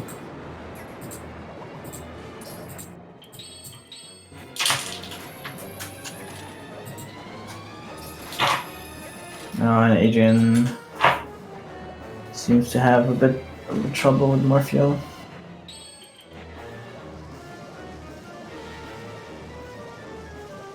But it's still fine. She's nice to him now, he can... She was nice.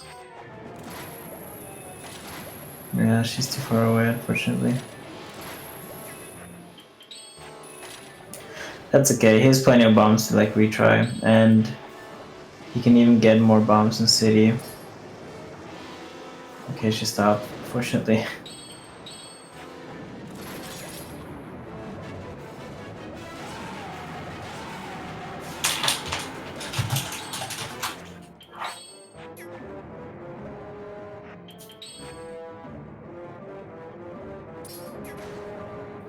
So one more regrab and he should be good.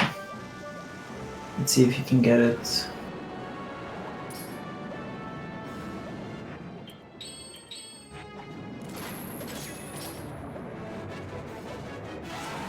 Looks good. Some down, Morpheal. No, yes, good job. Okay, he's fine.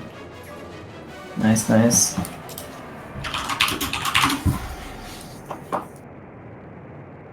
He is ahead of his PB now by a good minute.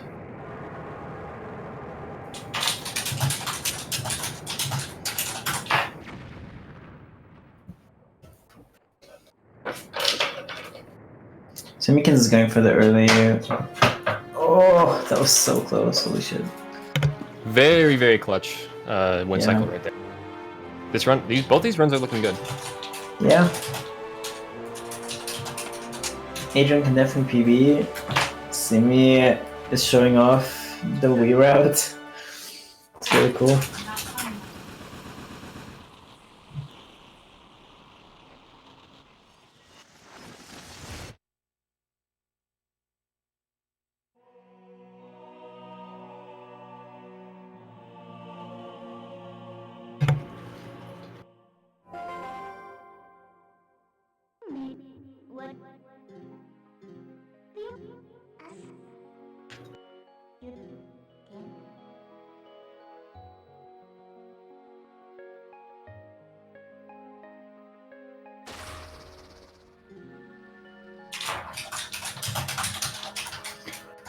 Alright, Simikins is actually, I don't know where he's going.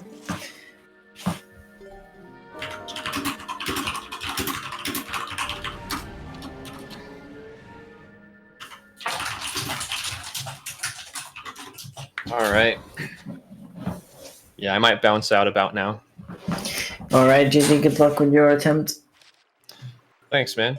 And have fun continuing to commentate this race. Thanks. Yeah, have a good one. Thanks for letting me commentate, guys. Goodbye. Right.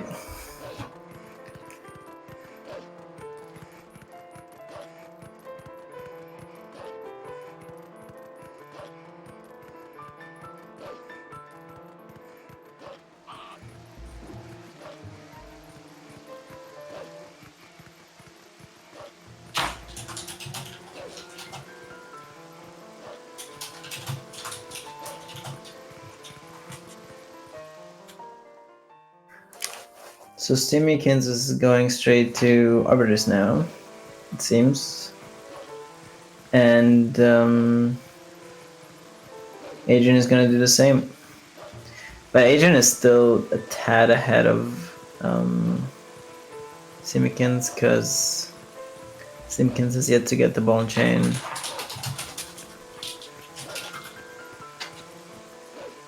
While Adrian already has it. Nice.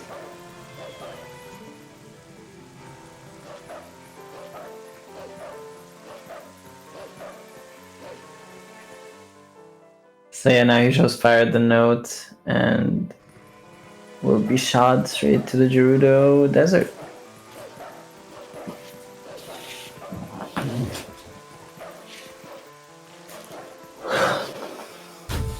Also, what's up, ZSR2? Hello, welcome.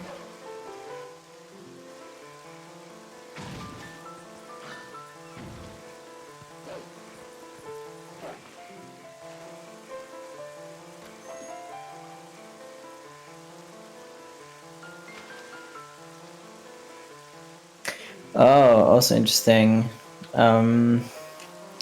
Simikins can actually nod. So the thing about this desert is it's a huge place. So naturally it's also pretty laggy because there's so much loaded. So what we do in the GameCube version, since we can actually control the camera, is we like turn the camera above Link with like C down. And that reduces lag significantly, saving like 3 seconds just in the desert. So we'll probably see Adrian do that in like 10 minutes.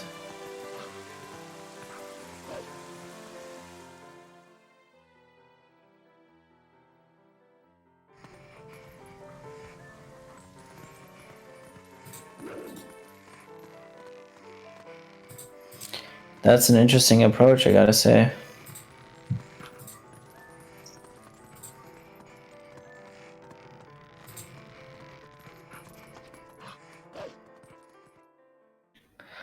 I'm not entirely sure why Simikins is doing this.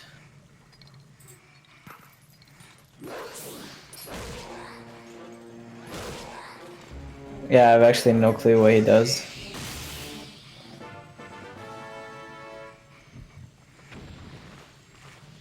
Trying to wrap my head around why.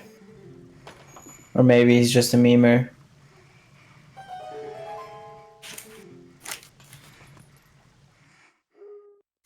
Cause you no true. Never mind, yeah. There's no ball chain. There is like a way to still clip, but it's way more precise. Like you can clip even the first tower, but yeah, usually you would like break.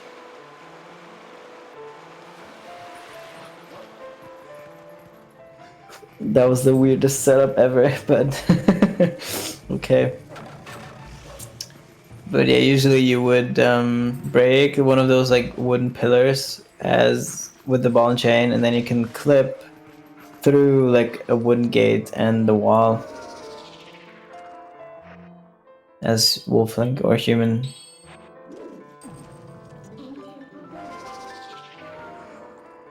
And yeah, what he did now is he used map glitch with these like shortcuts to disable the loading zone. Interesting fight.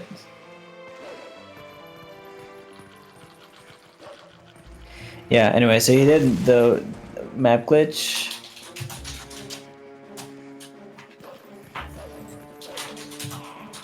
Actually, wait, before I explain, I want to check out something on Simikin's side, because Simikins didn't actually kill the Bublin archer, so he's probably gonna shoot him down.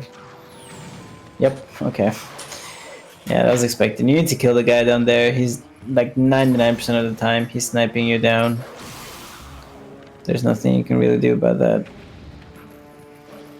Yeah, back to Simikins. So he did map glitch, so he disabled the loading zone, which enabled him to like drop down and jump attack all the way over to where Bublin is.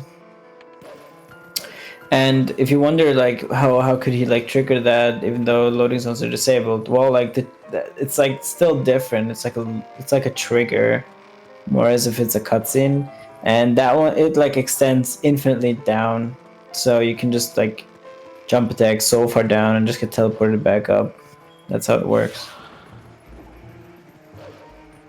Saves like that way saves like 15 seconds of just doing it normally. There's an alternative way where you need the boomerang LJ to get on top of some out of bounds area, but of course we can't do it.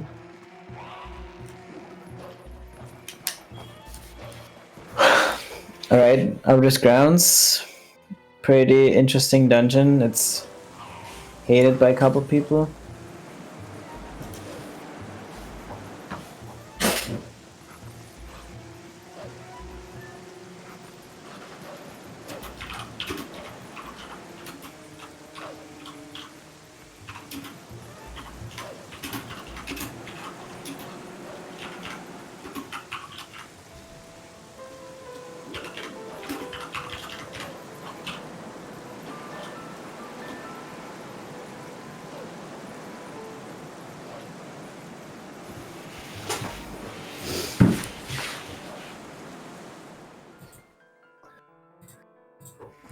Because it has a bunch of weird tricks that are not easy. So, for example, this first trick coming up is called Post Skip. Wait, so if you're like familiar with OOT or this game, like there's for example, so for this game there's the three fused shadow pieces. And there's also like the three mirrors, being Snow Peak, Tempo Time, and City in the Sky. And the game only checks for the last one, being City in the Sky, because it assumes to be able to beat City, you need to have beaten Tempo Time and Snow Peak. And in a kind of similar fashion, this game also has, let's see how this goes. Wow, what a legend. Holy shit. In a similar fashion, this game also treats like the pose. It doesn't actually check for the fourth pose. For the first pose, because it assumes to proceed you need to have beaten the first pose. But it does check for pole 2, 3, and 4, which is why we can't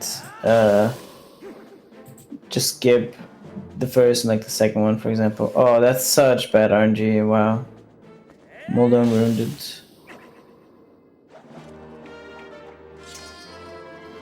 There's a theoretical way, or not a theoretical way, like there is an actual way of.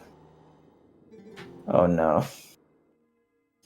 There's like a way to skip all pose, but it's way slower than any other way. Like you can collect all 4 and still be way faster. In fact, it takes like I think like 13 hours to do. Has to do something with Link's pickup animation of an item, and like he wobbles back and forth. but it's not looped properly, so he moves ever so slightly forward while he picked up the item. And during that like state, all of his collision is disabled, making you able to like very, very slowly move towards the gate and then just go past.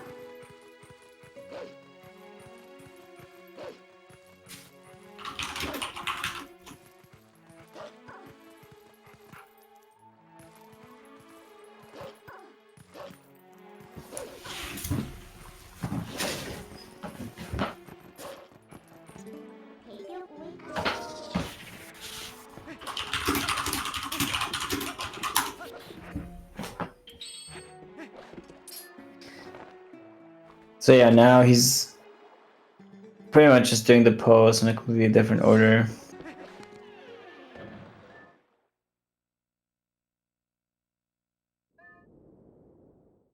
He's gonna do 4 first, then 2 second, and 3 third.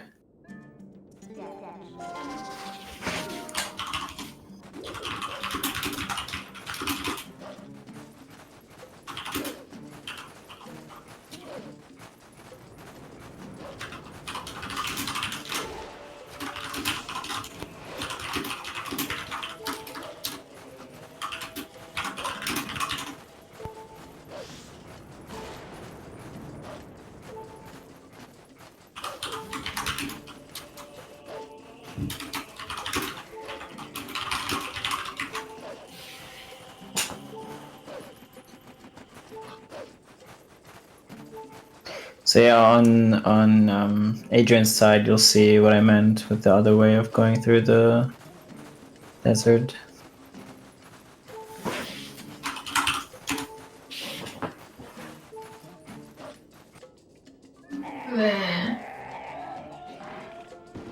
So actually, the funny thing about this match is, I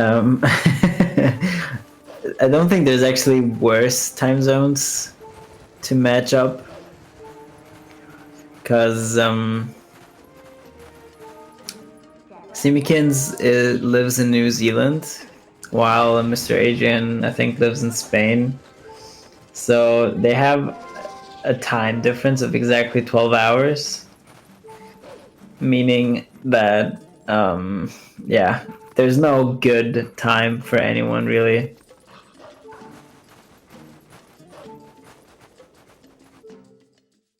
I'd say like the best time would be, I don't know, like from like 8 or 9 a.m. both sides, because that technically means it depends, like if anyone is like waking up early it's fine, but if you usually wake up at like 10 or 11, you'd have to get up early, while the other one starting at 8 or 9 means he finishes at 12 or 11 his time. So that's kind of interesting to pair up, I guess. Don't think there's much like worse.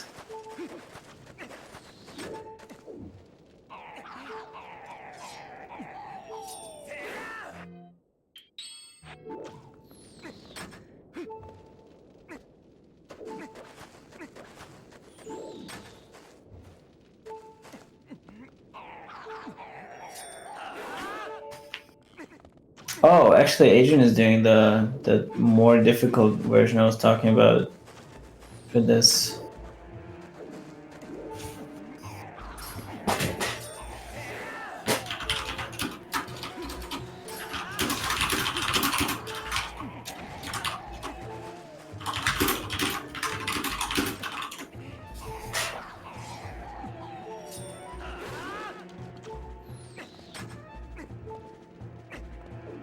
I hope Adrian sees my message in time.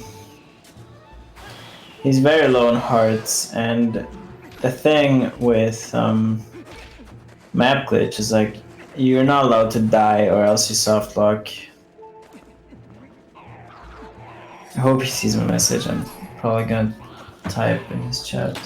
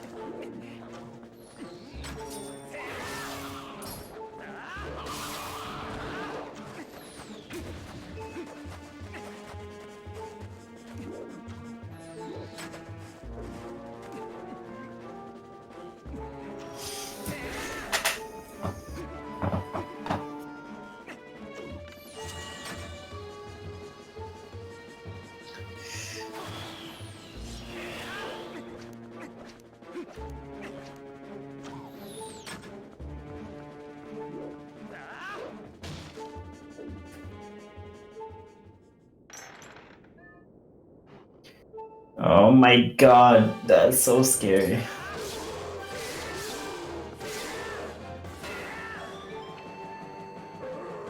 Okay.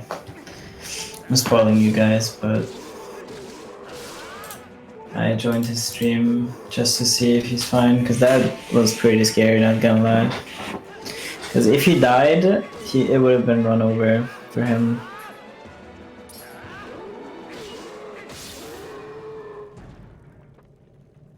Yeah, on the other side, Simikins is getting bombs now. It's the wrong chest. I think this is the chest.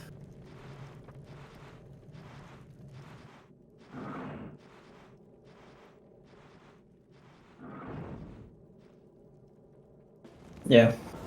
Okay.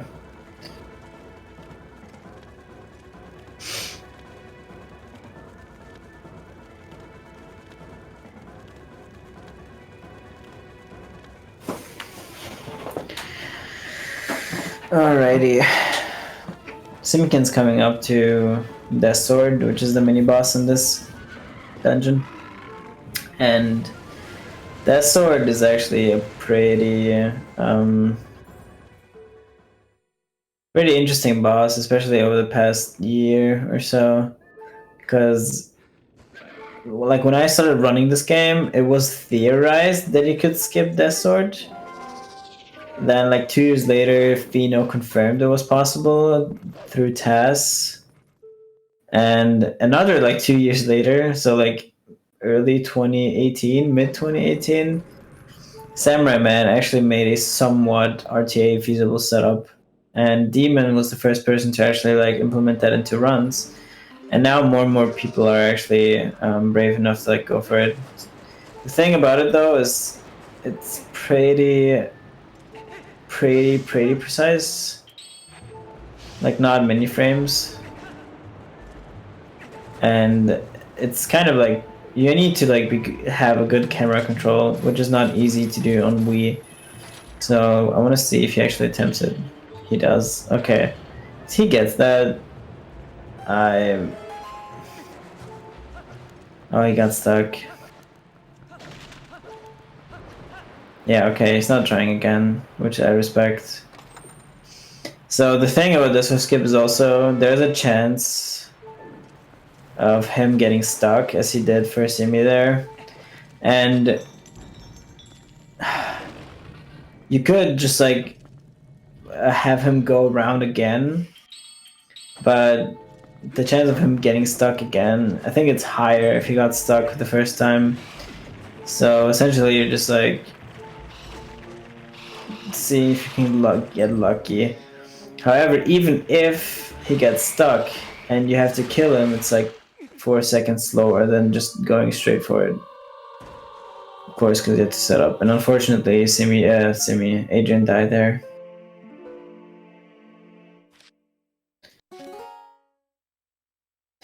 So Simikins got a 219 spinner. 219 is around like half an hour slower compared to a good TP 80% time GameCube 2.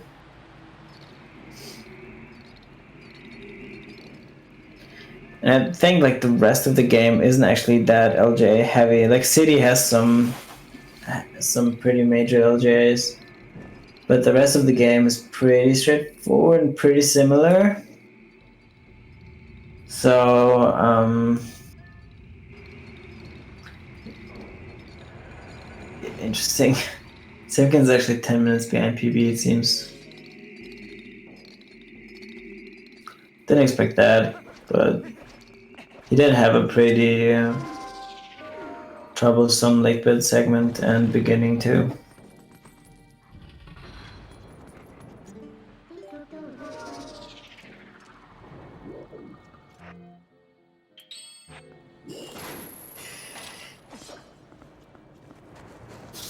Are you sure though? You're half an hour behind a really good 80% time in GameCube, and that would mean a 325, and a 325 even buys you like another 18 minutes on like route differences or whatever. Oh, you have to go to Snow Peak still. Never mind. I forgot. Oh, that's so sick. That's right. So that's another like, okay, so it's like 40 minutes.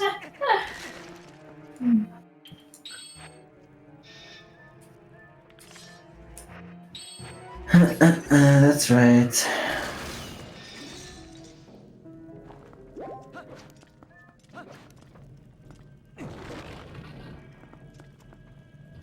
So these two runners are actually closer than you'd think they are. Doesn't look like it, but Adrian also did like a 10-minute segment that Simi has yet to do.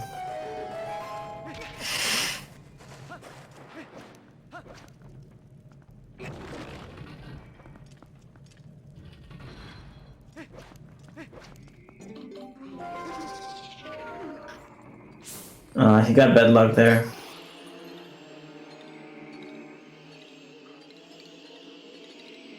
Not really much you can do if you get bad luck. And just hope that... Okay, nice.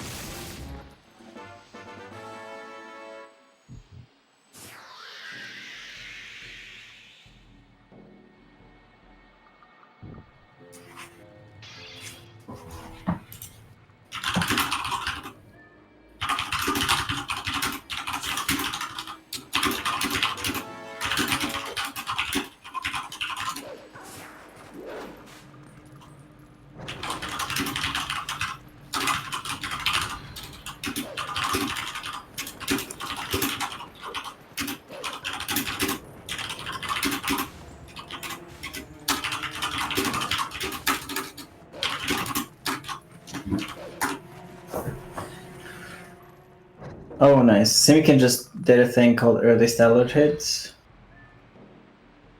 We're not entirely sure how he did it.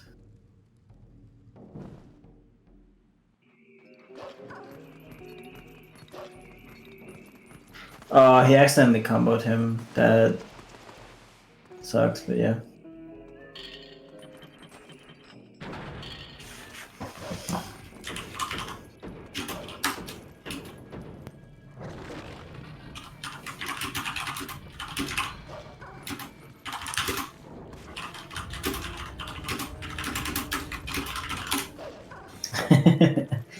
Nice.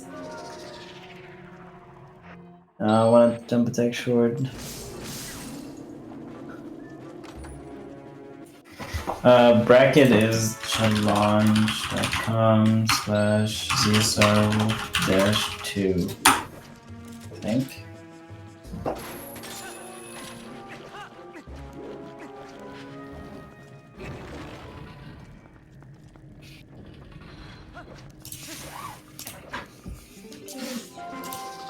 Not loading.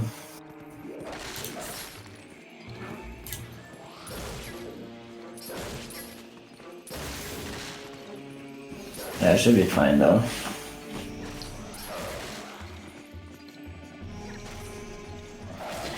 Alright, so I'm assuming he's gonna warp to Zora's domain next after getting the mirror chamber.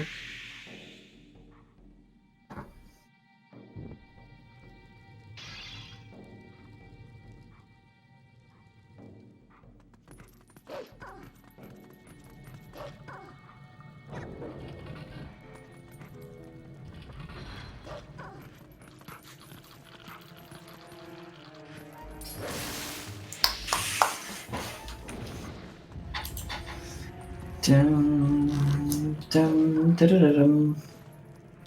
Dum, dum, dum, dum.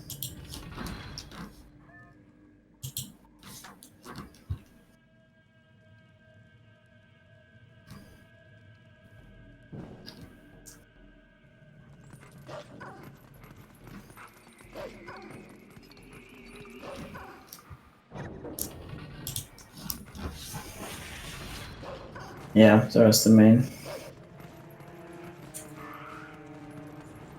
So it can actually, like, you saw, like, simikins had to zoom in all the way in for the map, and that's due to, like, midnight actually stopping you from warping if you don't do that.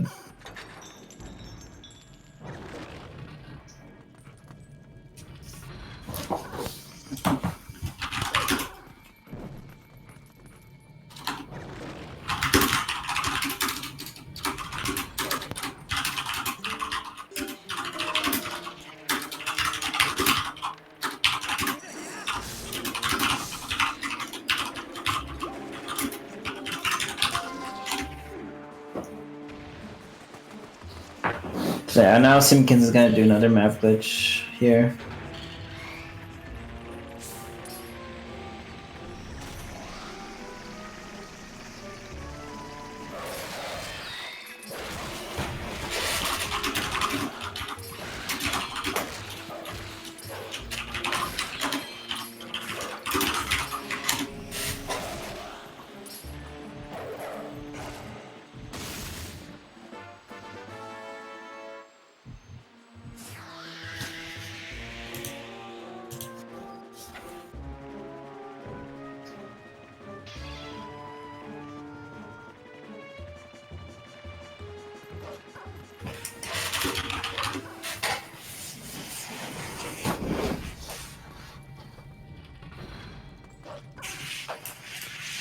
So yeah, Simkins is doing what Adrian did many minutes ago. It's actually interesting for that route. I didn't know it's faster to go TSPR after Arbiters. But I guess it makes sense with like Super Spinner. Not Super Spinner. With like the Spinner bomb boost thing.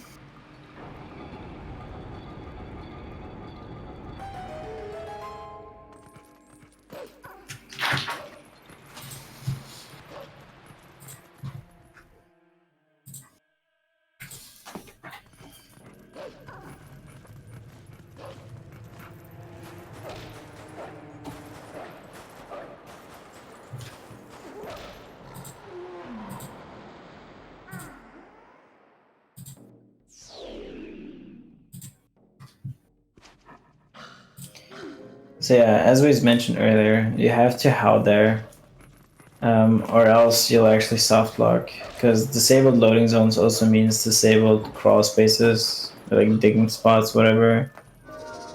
Yeah.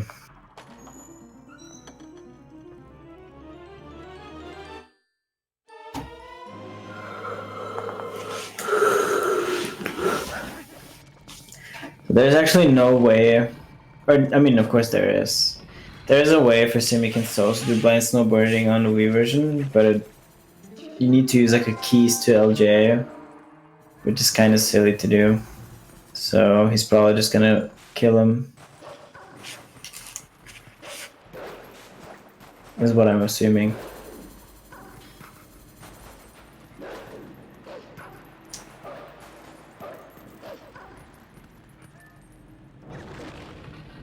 Oh, he's actually trying for it. Interesting.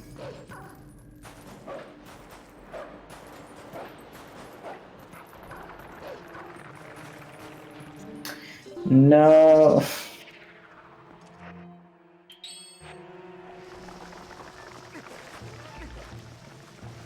Oh, interesting. So he gathers them around.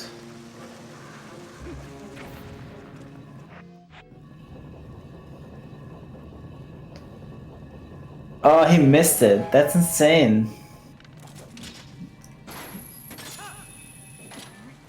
Okay, yeah. I respect it.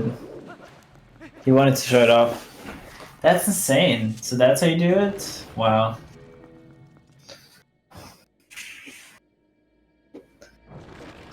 Hello, what's up, Zealous Speedruns? That shot is insane, yeah.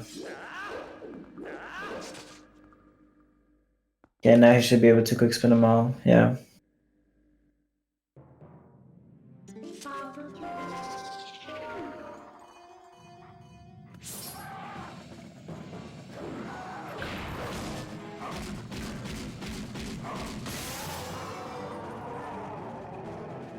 So yeah, now he's just gonna snowboard down with clear fog instead of non-clear fog.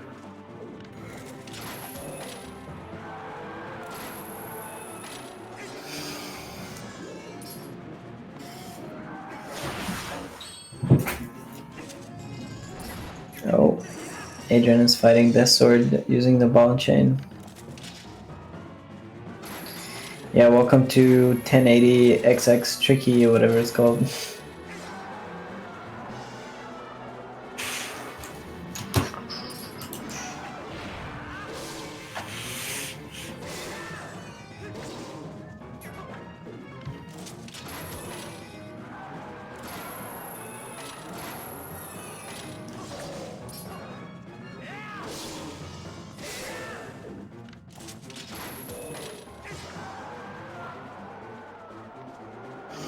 So for snowboarding, it's actually faster to be in the air. And being in the air, because Link's speed gets preserved in the air while he gradually loses time while being on the ground. Simi tried to get some repeats there, but failed unfortunately. Also tried to be cool, and he also failed that, so he got that going for him.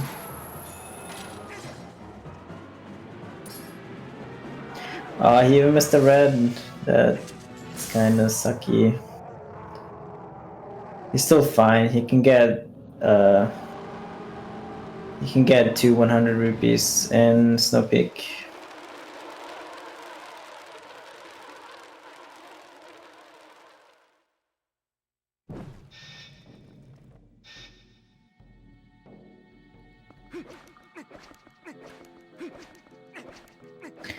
Meanwhile, Adrian is getting the spinner now.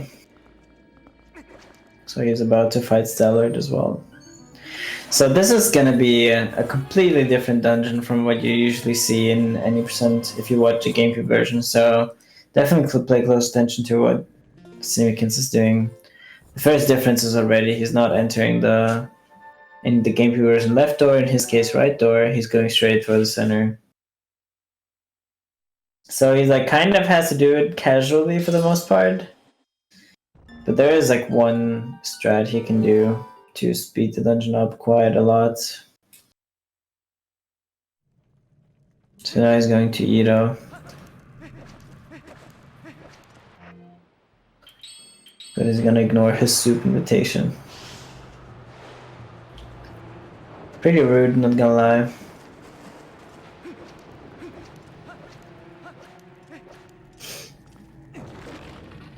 Oh, I forgot. Yeah, he has to do this ice block puzzle too to open the door. So this is something you would never see in a GameCube run unless it's casual. Because we can just literally do one LJ and break the whole dungeon. And there's sadly like no way for we to do that because there's no like keys or enemies or anything you can abuse to go over there. You really need the boomerang. But now that he's like in the main outside area, he can speed it up a bit.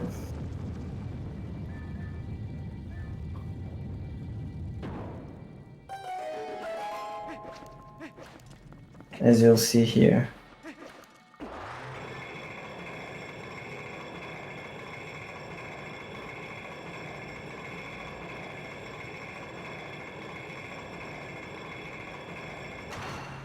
This is fairly precise. But he has some attempts to do it. There's like a small setup to do it.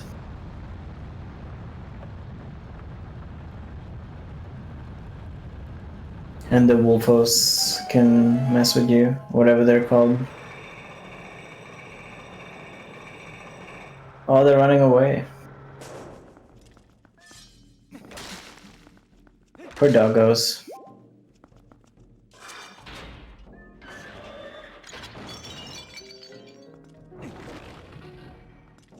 There it is. So yeah, there's 3 of those. Now you got rid of them and you can just do the setup in peace.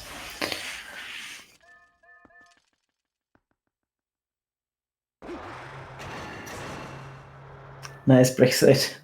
He said his Wii mode apparently is super messed up, so he's probably gonna do setupless again.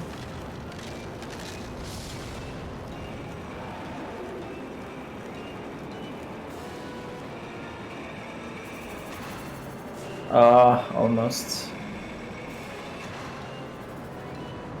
This trick is pretty hard if you do it setupless, especially. Okay, he's trying for the setup again.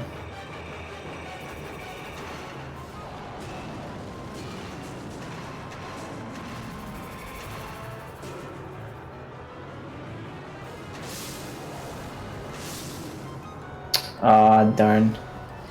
So yeah, if you didn't notice, the objective here is to get past this wall.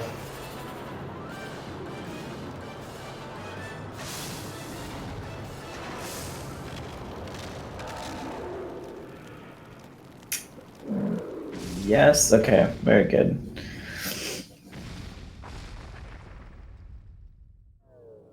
And here she's gonna do a trick called freezer skip. Nice.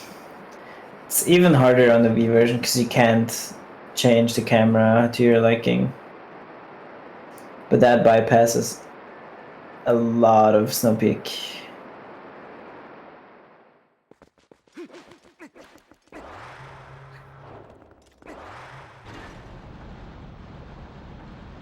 Oh, interesting. There's like a bomb strat you can do with the Dark Node.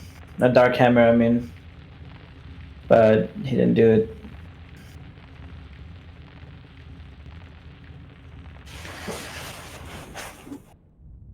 Saves like a tiny bit of time. Alright, let's spectate Adrian on the side and see if he can get the early hits on Stellar. The early hit saves like 25 if done well. That was way too early, yeah.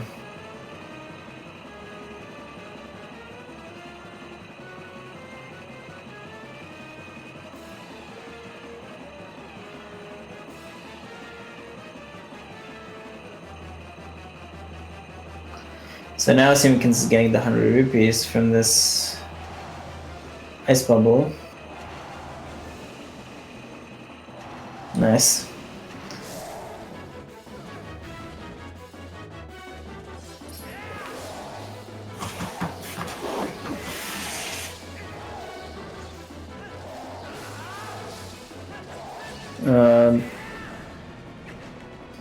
Yeah, Adrian is having a 2-cycle here. Nice, he just bounced off.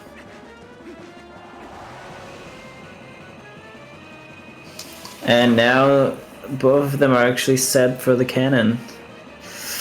You need 300 rupees throughout the run to activate the cannon to go into City in the Sky.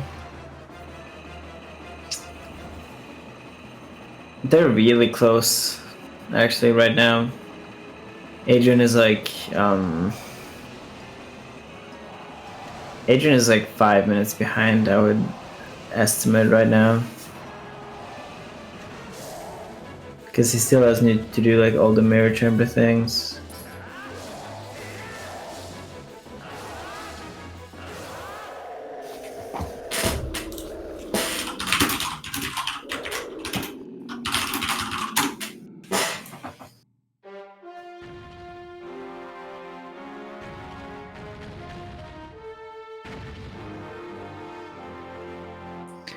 Simikins is doing City early, which, in my opinion, is just harder on Wii, even though it isn't. But it just, to me personally, it was kind of weird.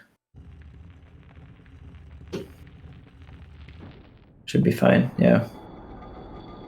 It's the same trick essentially, but that trick alone actually saves up to an hour for the speedrun, so it's pretty good that we have that. Because not only does it, like, it skips having to go into Temple of Time, of course, beating that. It skips having to, it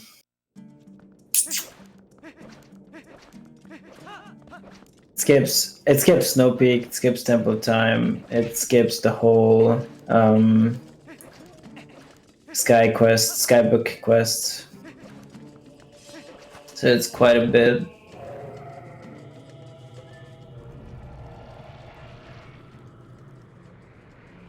Yeah, no, they're not 5 minutes. I'd say they're like 2 minutes apart from each other right now.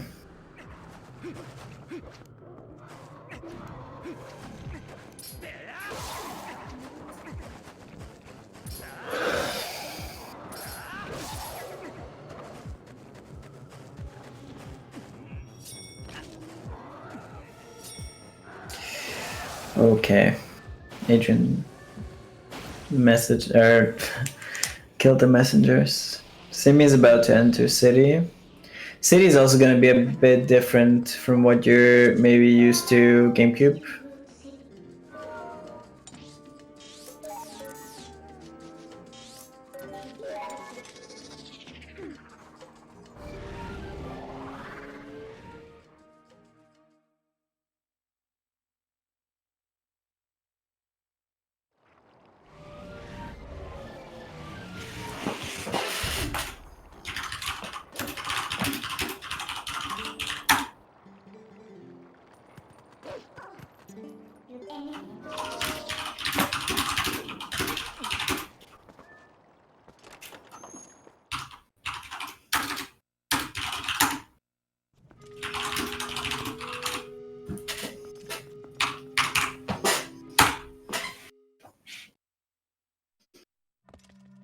So Adrian also gonna do City early, but from the other side. You can technically do it from both sides, it's just a lot easier from the left. Please mute keyboard. Yeah, I'm sorry, I'm not gonna type anymore. Or unless, if I do, I'm just gonna mute myself, I'm sorry.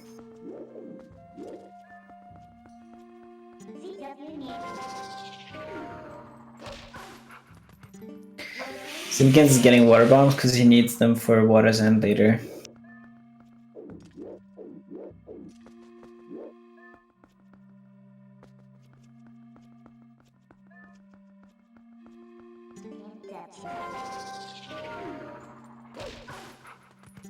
Oh, here, open the wrong chest. Nice.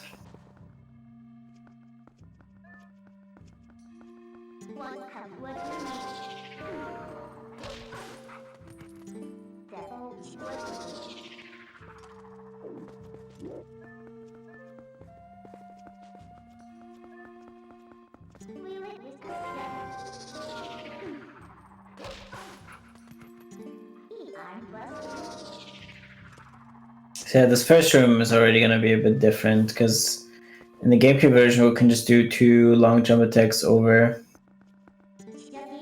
but we can't really do that. So you need to do like a claw shot, which is pretty precise.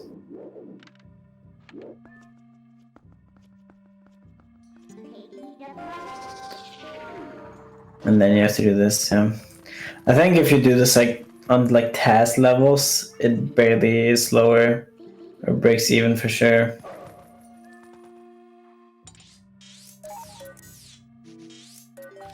And if you saw him just transform into a wolf right before, that's not just like as you saw he immediately transforms back.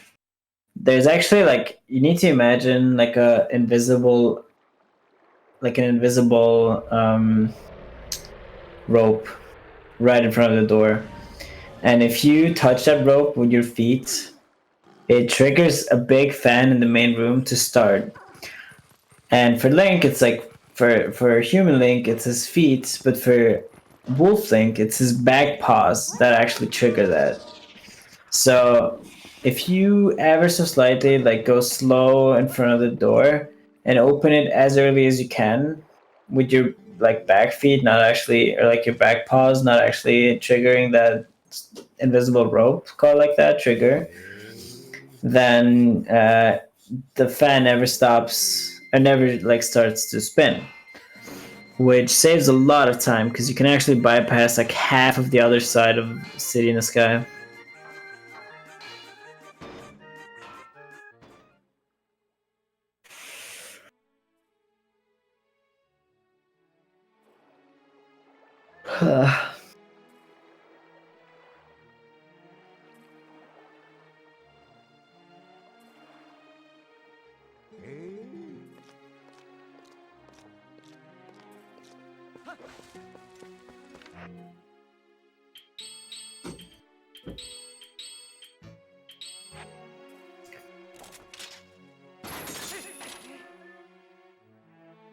Oh yeah, what Simikins is doing here is a trick called Argara Cutscene Skip. If he would have just ran up those stairs, he would have actually triggered a cutscene starting, being like Argrak breaking the bridge. And it's not that bad, like the cutscene itself only loses like 20 seconds, but it resets Link's spawning position after a save warp back to the beginning, which sucks because it's more travel. It used to be an even worse time loss, but now it's like, I think it's like 40 seconds. It's not the end of the world. It's just silly to lose it or to mess it up. Also, the Wii's advantage is like biggest advantage I want to say is definitely equips. Right now he has like 4 items equipped. TP has 2 items available to, so that definitely cuts like it cuts down so many equips because most equips are really just boomerang, claw shot, and iron boots. Thinking if he needs any more equips from here to the end. He definitely needs ball and chain ones for his end.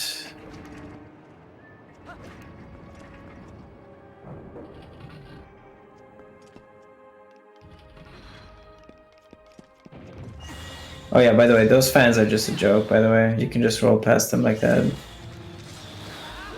This one, however, it's not that easy.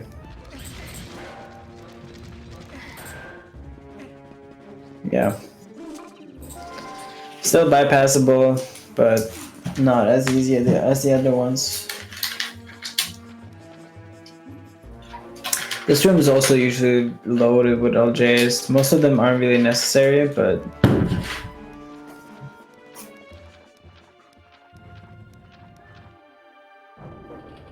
oh, he's using that keys? Really?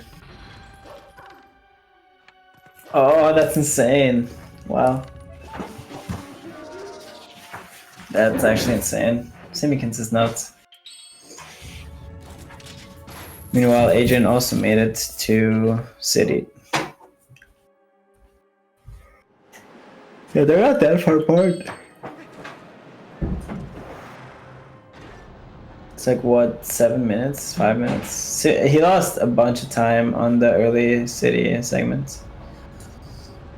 But yeah.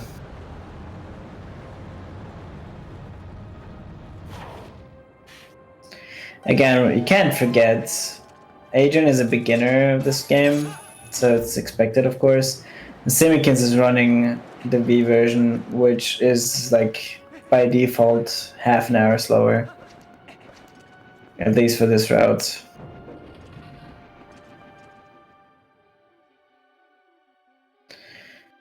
Simikins has like a 322 GameCube PB, and that was also pretty poorly run, a poor run by his standards. So he's dropped, yeah.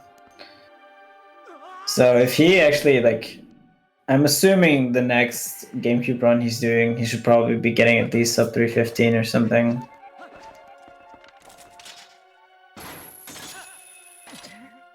Coming up is also a pretty interesting trick called Arolfo Skip.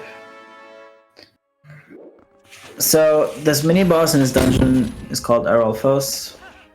Or yeah, it's like there's like these are just regular enemies. They're Arolfos, and they just happen to put one as like a mini boss in this dungeon. And you can actually skip the fight by claw-shotting a target that is like 1 or 2 pixels, I'm not exactly sure. And if you do it on a certain position, you can just bypass the whole fight. But it's pretty hard, and he uses motion controls, it seems, so that makes it even harder.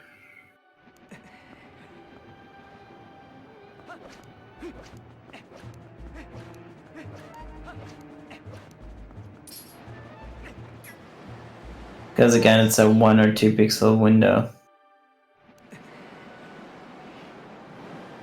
It saves like, I want to say 40 seconds compared to the fight if you don't do it first try. Not to, again, like motion control, you can't underestimate motion controls. It's so hard to keep your composure. Imagine doing this on a run that you're really nervous about. It's tough.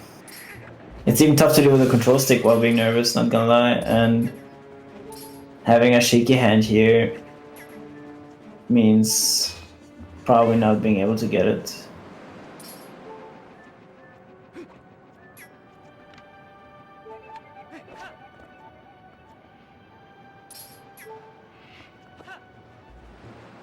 Yeah, he's just fighting him.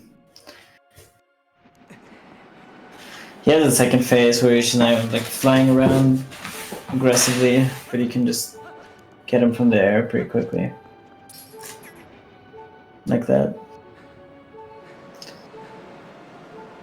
You can finish him off even faster with the ball and chain. It's a 1 cycle if you do it properly, but it's pretty hard.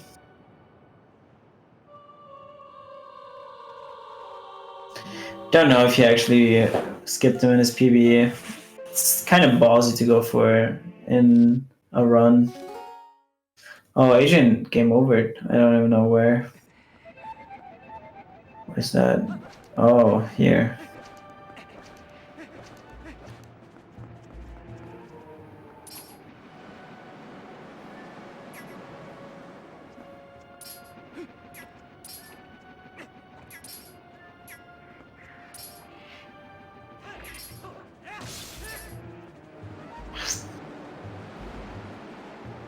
So now he's just getting the item and save warping out. Oh, Adrian. Oh, you can't launch anyway? Interesting. Okay, I didn't know. Yeah, as you know, or like as you see, my knowledge of TPUE is pretty slim because barely anyone ever runs it. Me, not even. Like I tried it once, but not. I never actually finished a run.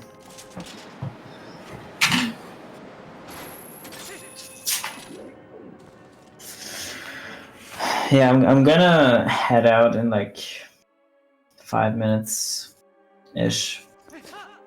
So Tresco might take commentary after. It's getting pretty late for me, so kind of underestimated the fact that those two are actually gonna play for another 40 minutes from now.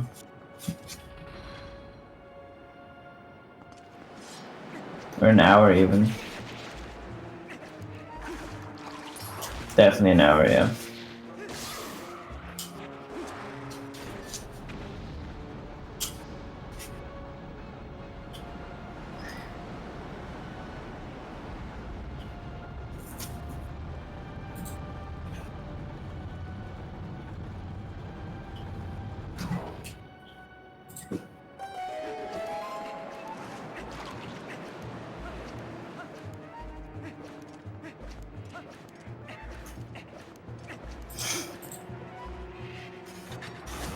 The GameCube muscle memory. That's the wrong spot, it seems. Oh, never mind. Yeah, you can't actually do it the way GameCube does, because we do boomerang LJ, so you have to do this like semi-casually. Dang, Adrian just waited on the LJ. Those like LJs to the Cog Rocks are really cool, not gonna lie. Oh wow, that Helmasaur. What a Mino.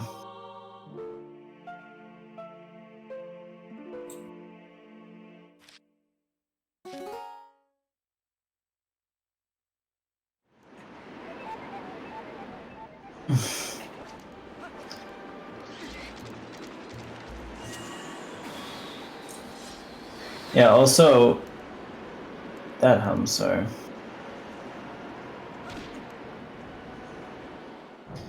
We also needs to pull a lever here that GameCube can bypass because we can do boomerang LJs.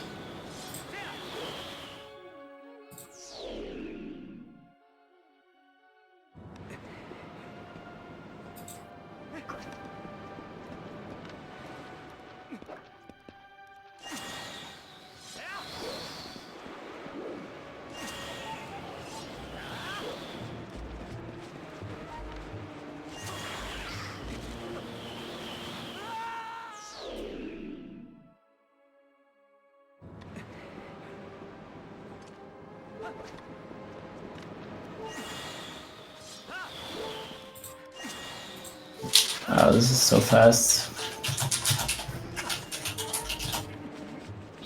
Doesn't even look that much slower than GameCube, but of course it is because of all the cutscenes and stuff.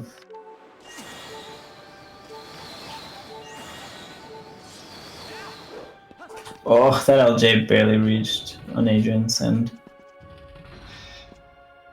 This room you can do pretty fast.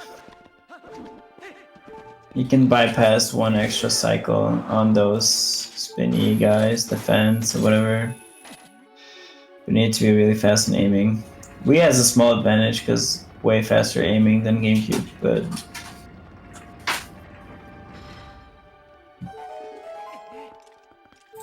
he still missed it.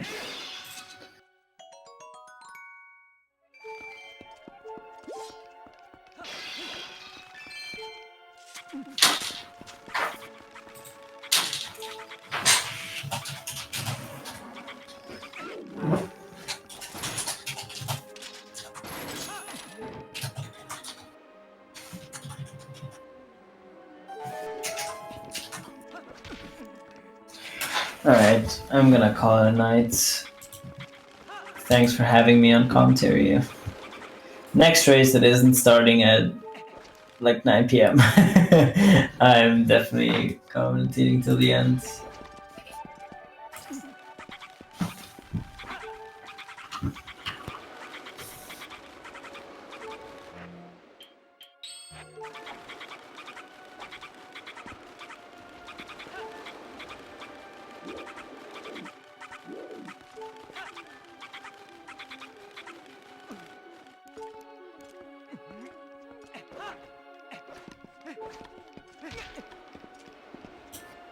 So yeah, I think Tresco is gonna hop into counter soon. So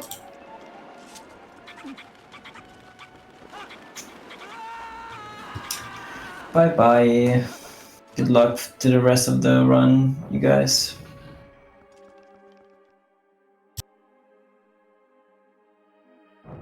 Okay then, let me take over and talk about yeah, what's going on here. So as you all can see, MrAdrianki is actually about to fight Arialphos. We'll see if he actually skips it. And yeah, it looks like it. So one roll back with Iron Boots, one roll forward without anything, and then you need to hit that one tiny pixel. And wow, that was actually really clean. Really impressive. Good shot there, MrAdrianki. That really looked fantastic. Gotta admit. And meanwhile, Simikins is now fighting Agrok. So this is a really technical fight. Usually, if you do this fight casually, there's a lot of downtime. Like, actually a lot of downtime. There is the waiting in the first phase where he just flies around the arena, which is something you can't stop, yes. Then the second phase, he just takes long flights around the arena, and we can actually manipulate that. So in the first cycle, we actually skip a big part by just re-grabbing them instantly. That's what you just saw.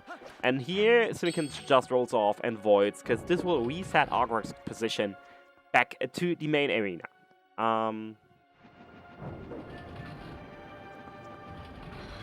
Give me a second.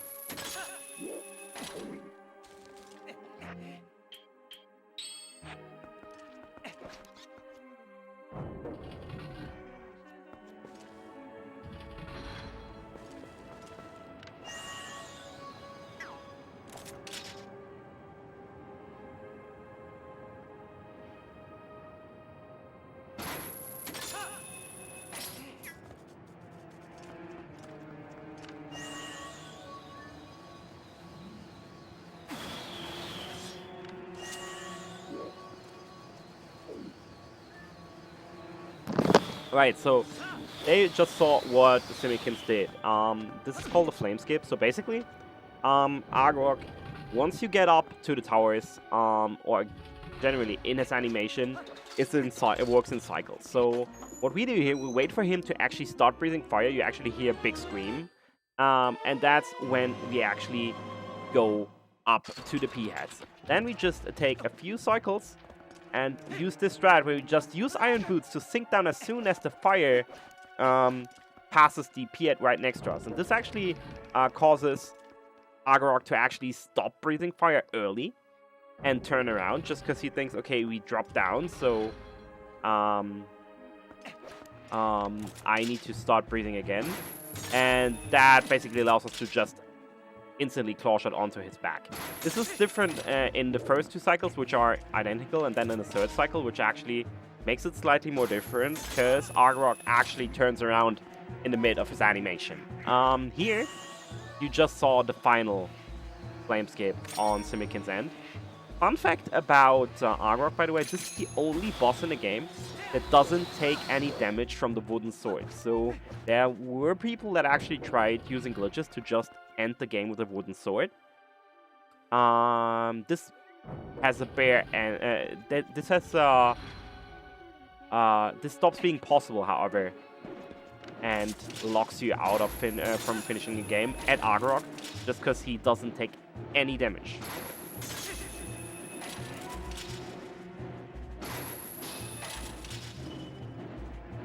So MrAdrianki is actually now in one of the most technical and hardest to optimize rooms in the game, just because for that reason. The fans are weird in the fact that they are actually quite far away from each other, so claw-shotting them is hard, especially if you want to be quick. Because obviously you need to aim the claw shot at a position that still works, even if you wait for the claw shot to travel all the way to the next fan, which in this case actually didn't work out quite well for MrAdrianki.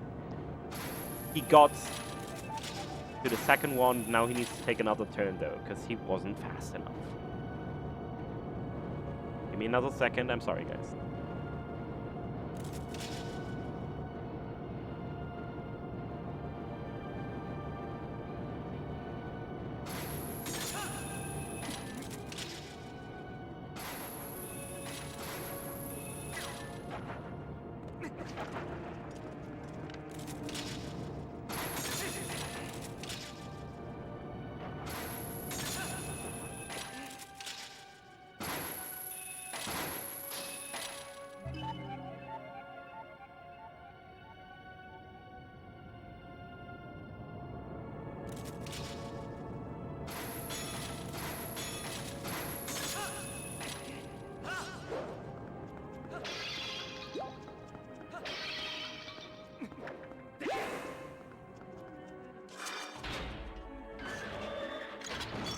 Alright, so now that we have City in the Sky out of the way and the last mirror shard, which is the only mirror shard that the game actually checks, by the way. This is the reason why we can skip the Temple of Time shard and the Snow Peak shard, just because the game only checks for the final shard, which is City in the Sky. So once we get that, we can just activate and reactivate the mirror and go to the Palace of Twilight, which is the final-ish dungeon we do, unless you consider Hyrule Castle Sewer dungeon, which is obviously the case, but I mean, like, it's the final non-end boss dungeon that we do. And Palace of Twilight actually doesn't fulfill any purpose, I want to say, like, progression-wise. To actually finish the game, we don't need the Light Sword, which you get here. There is no real dungeon item besides the mirror, light sword. So yeah, we just go here because we need to. It's needed to trigger the breaking of the barrier.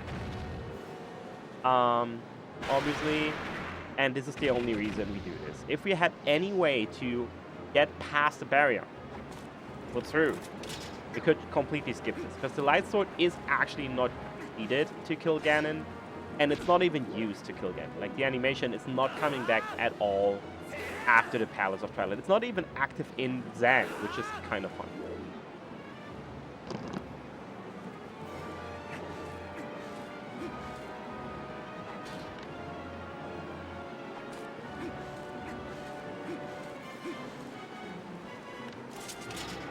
So now we have Adrian in the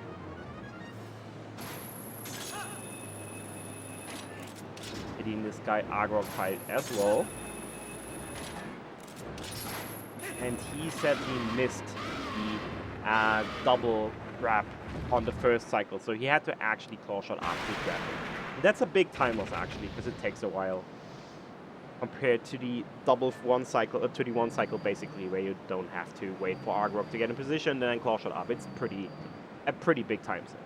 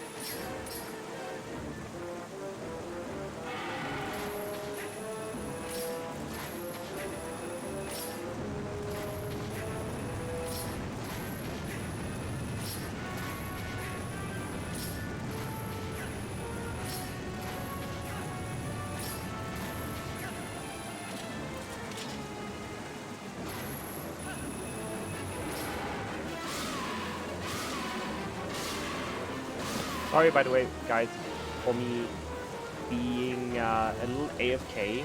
I just kind of didn't plan to commentate this just because Ace was supposed to do it and just had to leave early. So I'm just not always available. I need to do stuff on the side. I still have like a lot of things to do. So I might be a little unresponsive from time to time, but I will try my best.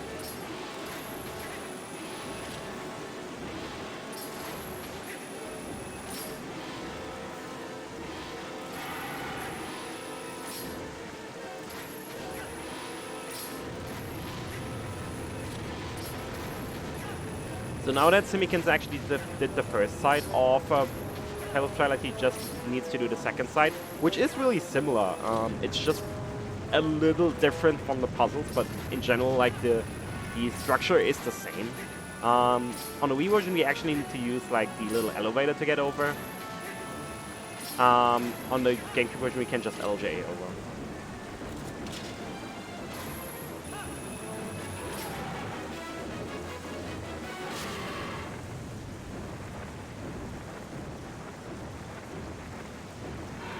So here, this is just a little different mechanic. This Zand head is actually stupid because the RNG is like so bad on it. In this case, Simikins was really quick. And so he could just get it down in one phase.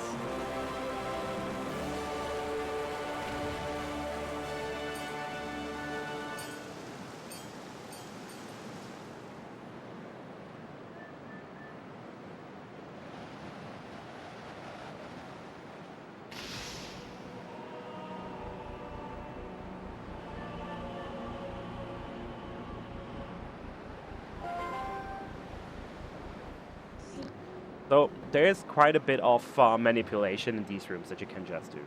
Basically, there is a way to just angle the midnight area attacks in a way that allows for double hits, like in this case. And he messed it up. That's actually pretty bad because it kind of messes up the cycles a bit. But there's a way to basically make Midnight charge in a way that actually double hits two of the Midnight heads to insta-kill them, because all of them actually need 2 hits from the Midnight charge. So here, a little different. The chest with the heat doesn't spawn on top, but actually to the side, so you need to claw shot over. Just a tiny little puzzle that you need to do. Here on the GameCube version, we would actually do the Boomerang LJA again. You can also use the claw shot if you do it precisely. But Simikins decided to just jump down.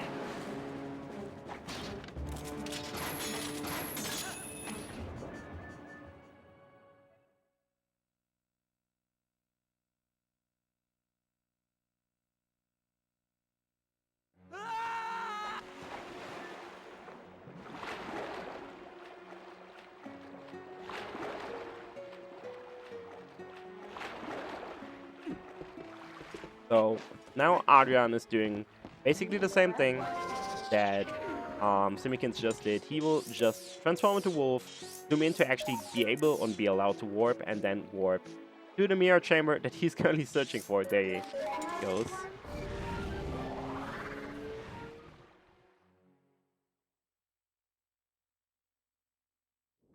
And meanwhile, Simikins is in the Phantom Zand fight again, which is consistent if you do the right strat. So you basically can do it in 2 different ways. You can do a 4 cycle with just 3 slashes on the first ring and then a full combo on the 4th, or just 3 cycles if you do 1 stab and 2 quick spins, and then 3 quick spins on the 3rd cycle.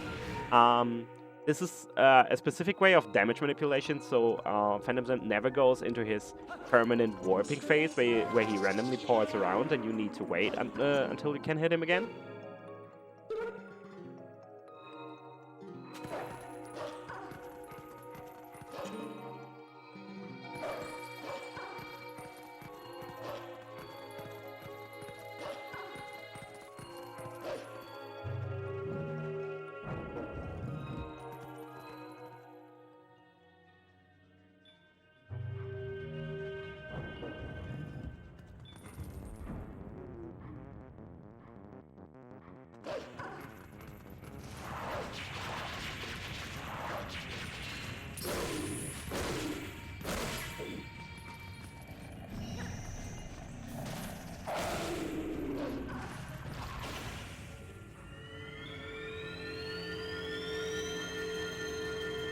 So here, you will see simikins just grabbing soul. So we're actually never worried in the speedrun to actually get the soul taken away from the hand, from the dead hand, just because it's too slow to actually be of any issue.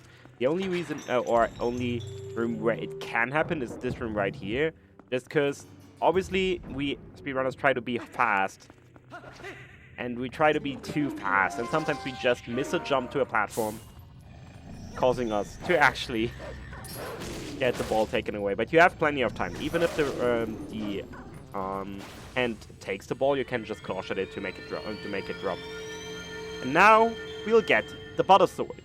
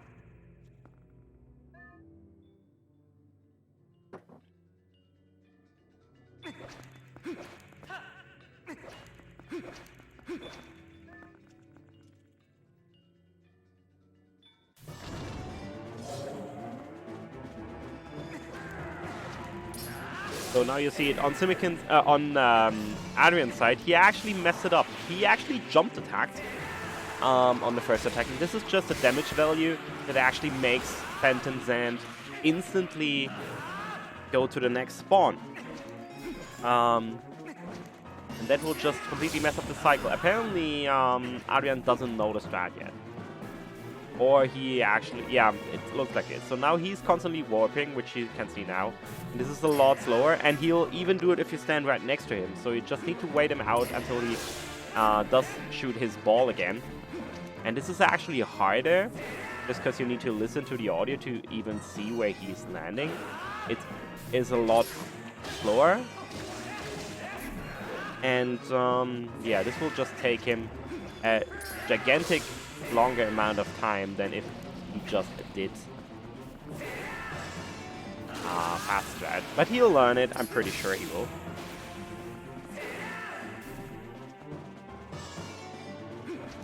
Meanwhile, now with the butter sword, simikins is actually going to the second phase of nice simikins. You know that you don't have the boomerang LJ and can't jump. Second phase of Pillars of Twilight is actually Movement City. There is a lot of stuff to do.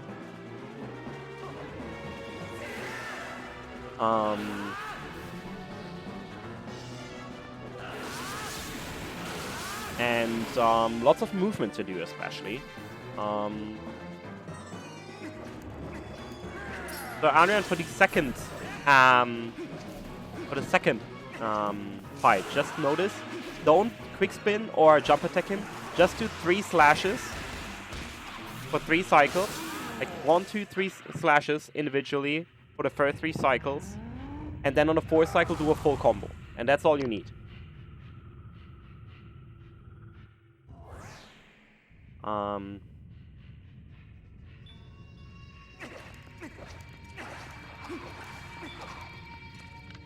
now this is one of the most planned out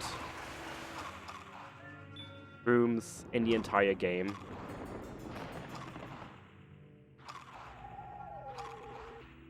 Yeah, there's also SVA strat, but this is harder. So let's go for this one. So this is the most. This one is one of the most planned out rooms. There's pretty much nothing that's random in this room. You just go over to the platform or do the boss key first. Kill the Xanthead because you need to kill that. Wait for it to actually die before you void out. Voiding out is the fastest way to get back.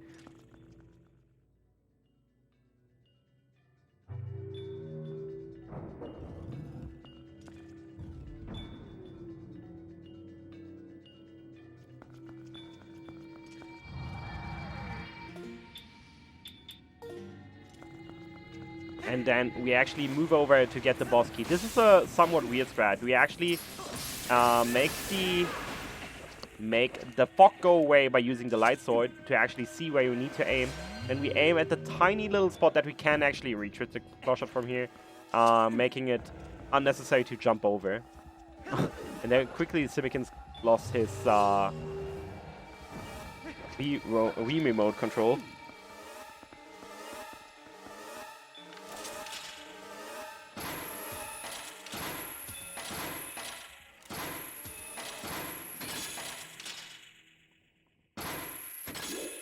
Hey JD, do you want to join for the rest?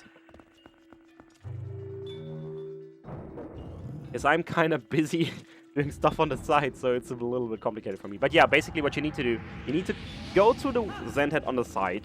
That's step 1 or step 2. And you need to get the boss key. That's the second requirement. And the third requirement is to, after grabbing the boss key, kill all the remaining Zen heads. And that's all you need to actually spawn the small key chest and make it.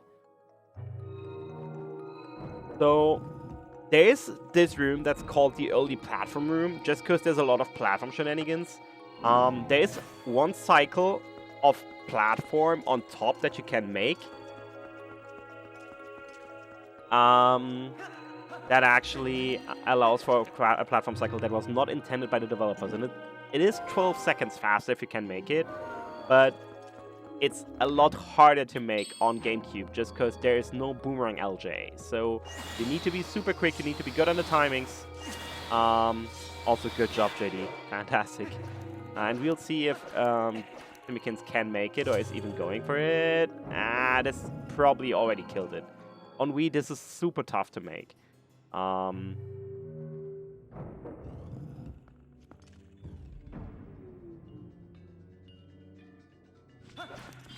You can do it by actually using Midna to basically stop the platforms, but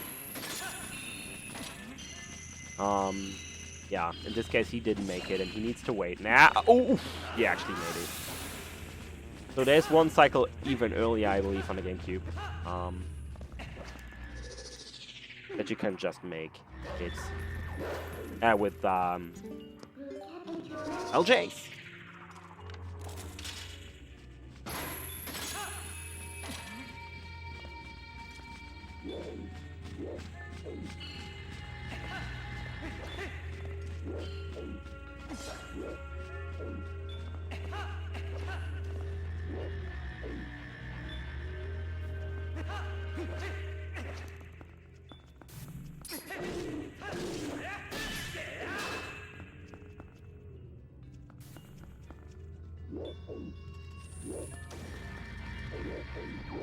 I'll be right back.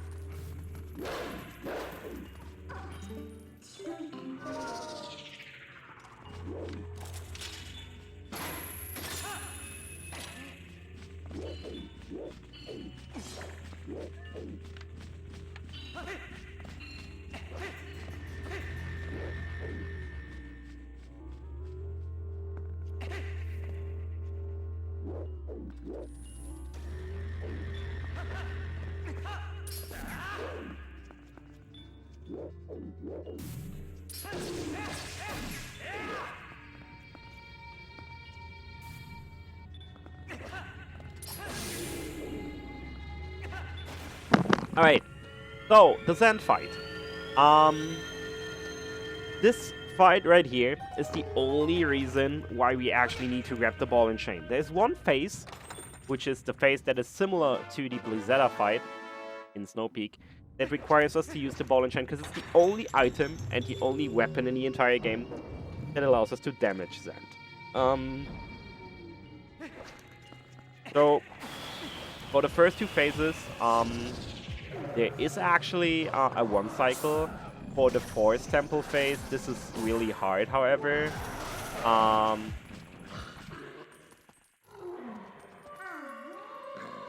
And it's frame perfect and requires a really specific angle. So nobody's doing it. Sadly, MrAdrianki died. I'm not entirely sure where he died though. I missed it. Sorry, sadly. There's another one cycle in this Goron Mines phase. This is a little bit easier because it's a 2-frame window. But Simikins didn't go for the shot, so yeah. Oh, he died there. Okay.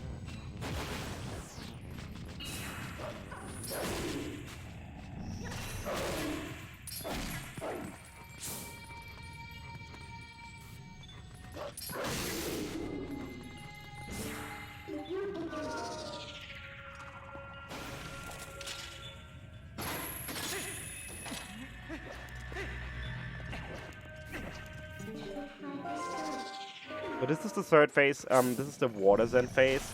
As you all remembered, there's no water bombs. No Zoa armor for Simikins, so he needs to actually use water bombs. And he barely made that.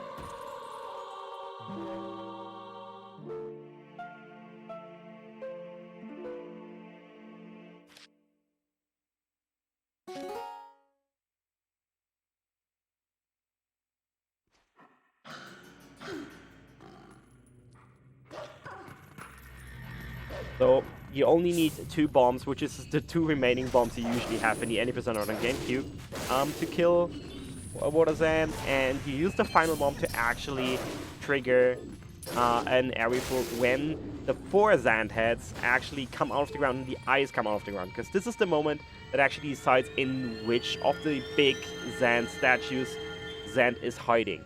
And it's always the one that you're the furthest away from. So if you're the furthest away from, you can actually manipulate your position to control which statue Zand is in, and that's what we use here. So here, we can use the ball and chain just because we have it. To make this fight a little faster, because might as well if you have it. And Simikins didn't do it. So we just need to knock him off again.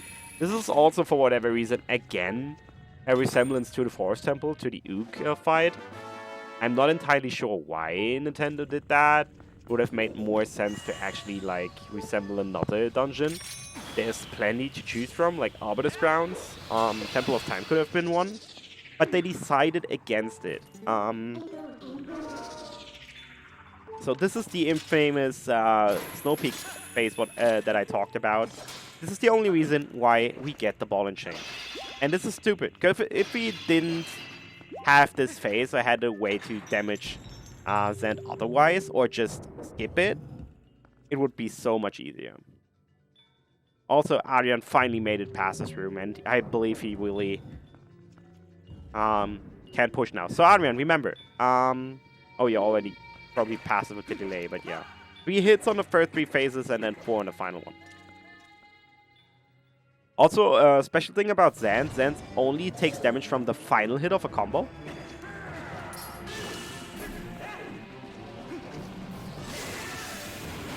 And this fight in the final phase is hard casually, but there's a good strat that SVA found, and Simikins barely messed it up.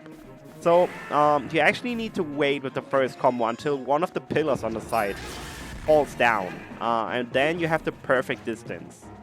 But yeah, remember what I just said, that Zand only gets damaged by the final hit of a combo, and you need to do 3 full combos to him. So this was pretty good still, Simikins, and he finishes the Palace of Twilight and can now move over to Hyrule Castle.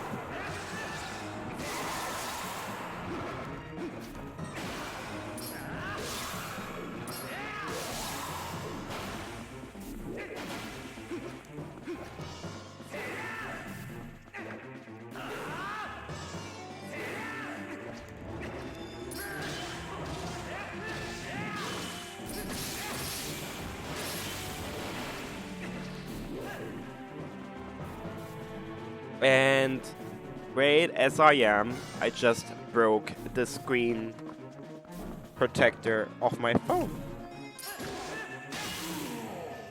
Am I not fantastic? Wow, that was really terrible. But oh well. This is how we do it. I guess.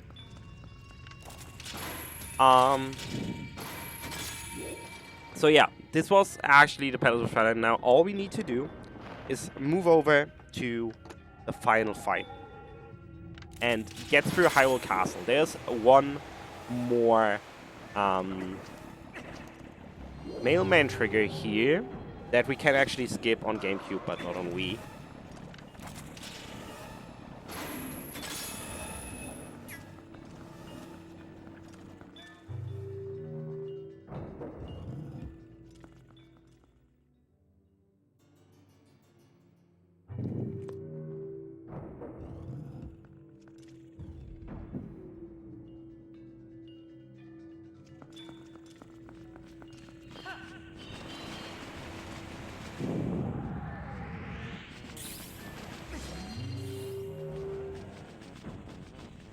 So this is kind of funny because the only thing that changed from before, allowing us to get past this, is that this cutscene triggers. That's one. Or before the barrier actually appeared, that the guards guarding the door are gone. Either of that could be skippable or preventable. We could just go into Hyrule Castle, which is what we actually call early Hyrule Castle. That name is not really something special, but it basically gives away what it is. Hyrule Castle is in the correct state to actually beat it as a dungeon, just because we've never been there. It's always in that correct state that we need from the start of the game, where you can actually beat Ganon.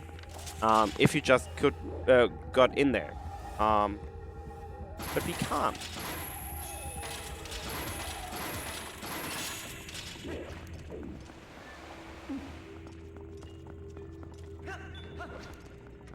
So, Timikin's stream just died. Please check what happened there. Give it a quick refresh. There it is. So, what you see here is what we call our beloved Queen Squidna.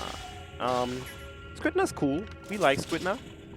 Squidna has Bay, obviously, and she's really strong, so she can just actually kill the barrier and knock it open with one single slash. Simikins, what's going on with your stream? Squidna actually killed the stream. Let me do a refresh of both streams quickly. He's sad as it didn't work, so let me do a quick reload of the scene. Not entirely sure what's happening here. We'll see though. Yeah, apparently Simikin's stream sadly died.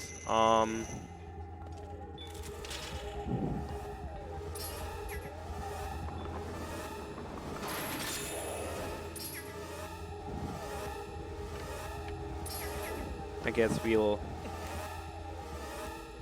hear from him hopefully soon. Meanwhile, Adrian is actually still in the second part of the first half of Palace of Twilight, trying to bring the second soul back to its socket. And once he did that, he'll be able to pick up the Butter Sword himself. Sadly, apparently Simikin's stream died. Let me check it quickly, but it looks like it. Yeah, his stream sadly is dead right now. So we hope that it comes back at some point.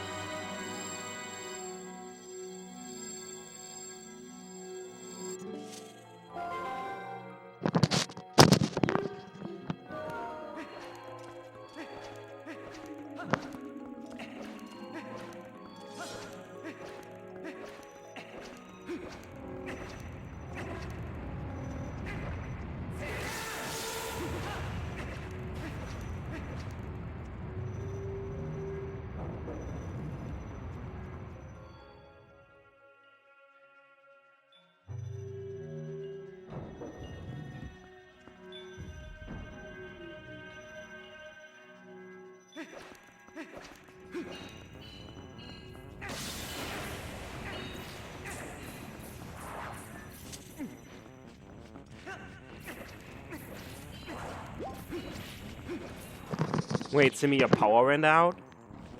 Oh god, no. What do we do?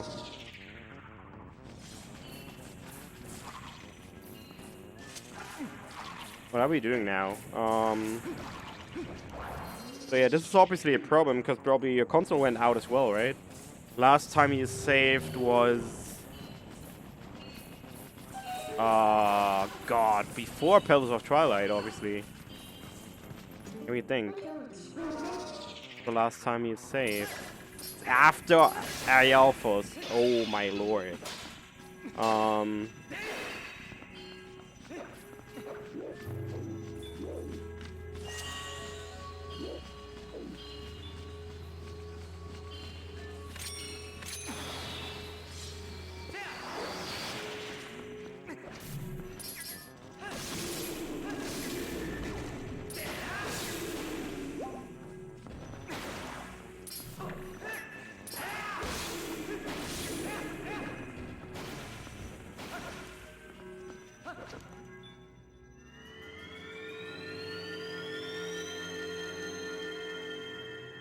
I'm not entirely sure what we need to do now. You're in City in the Sky, yeah. No, waiting is not an option either, Adrian.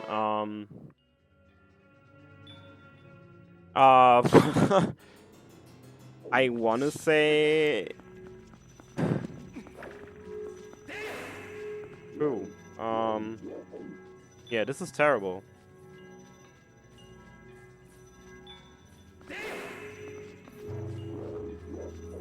I kind of want to suggest that we redo this match. Not sure what either of you is thinking about this. But that would probably be the cleanest way of handling this. Just redo the entire race at a later date.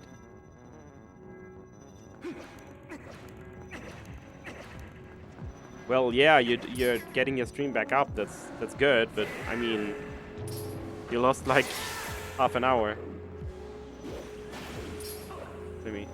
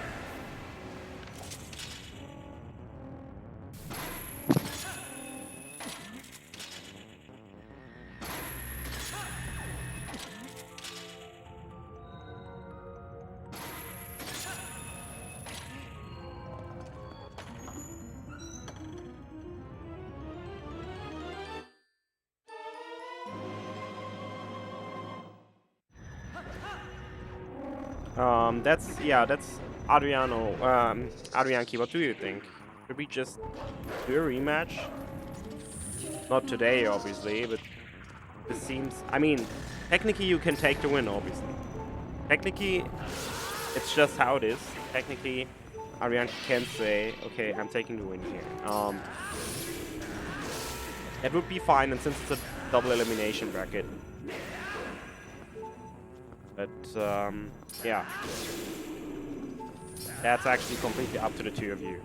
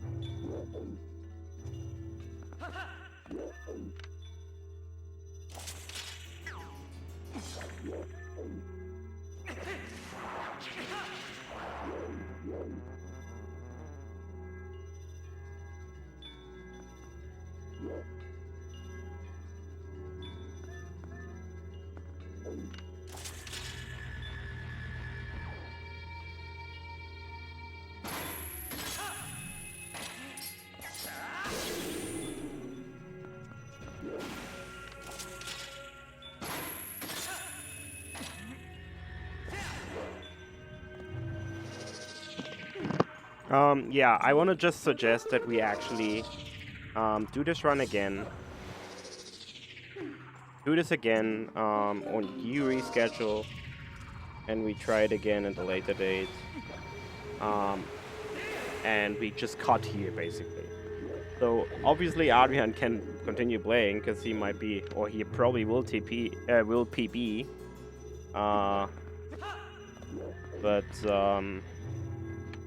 Yeah, we just void this race, I suggest. Because that would be kind of stupid to actually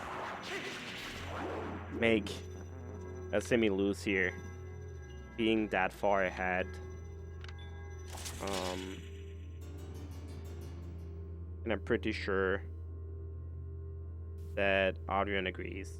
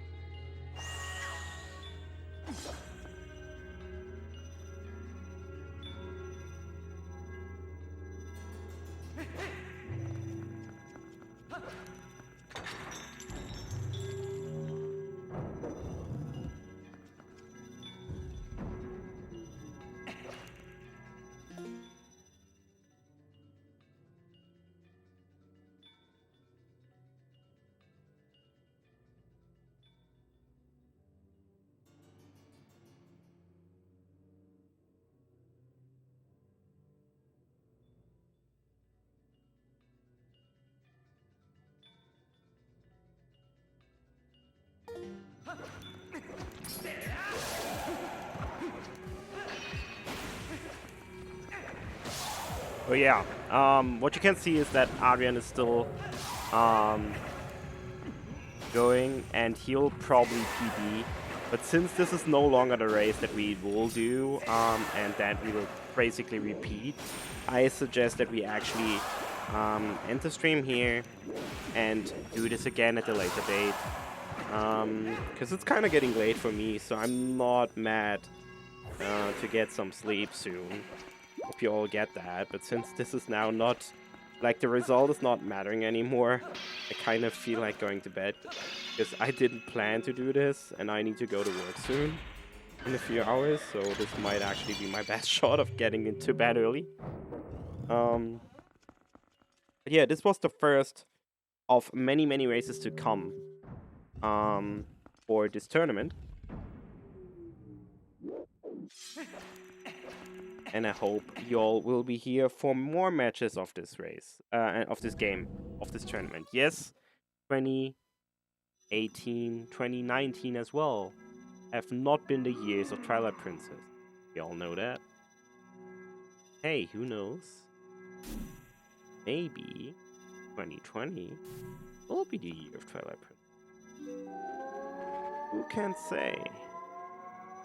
And if y'all want to find out, you better be back for the next races of Twilight Princess here live on ZSR for the Wolf-2.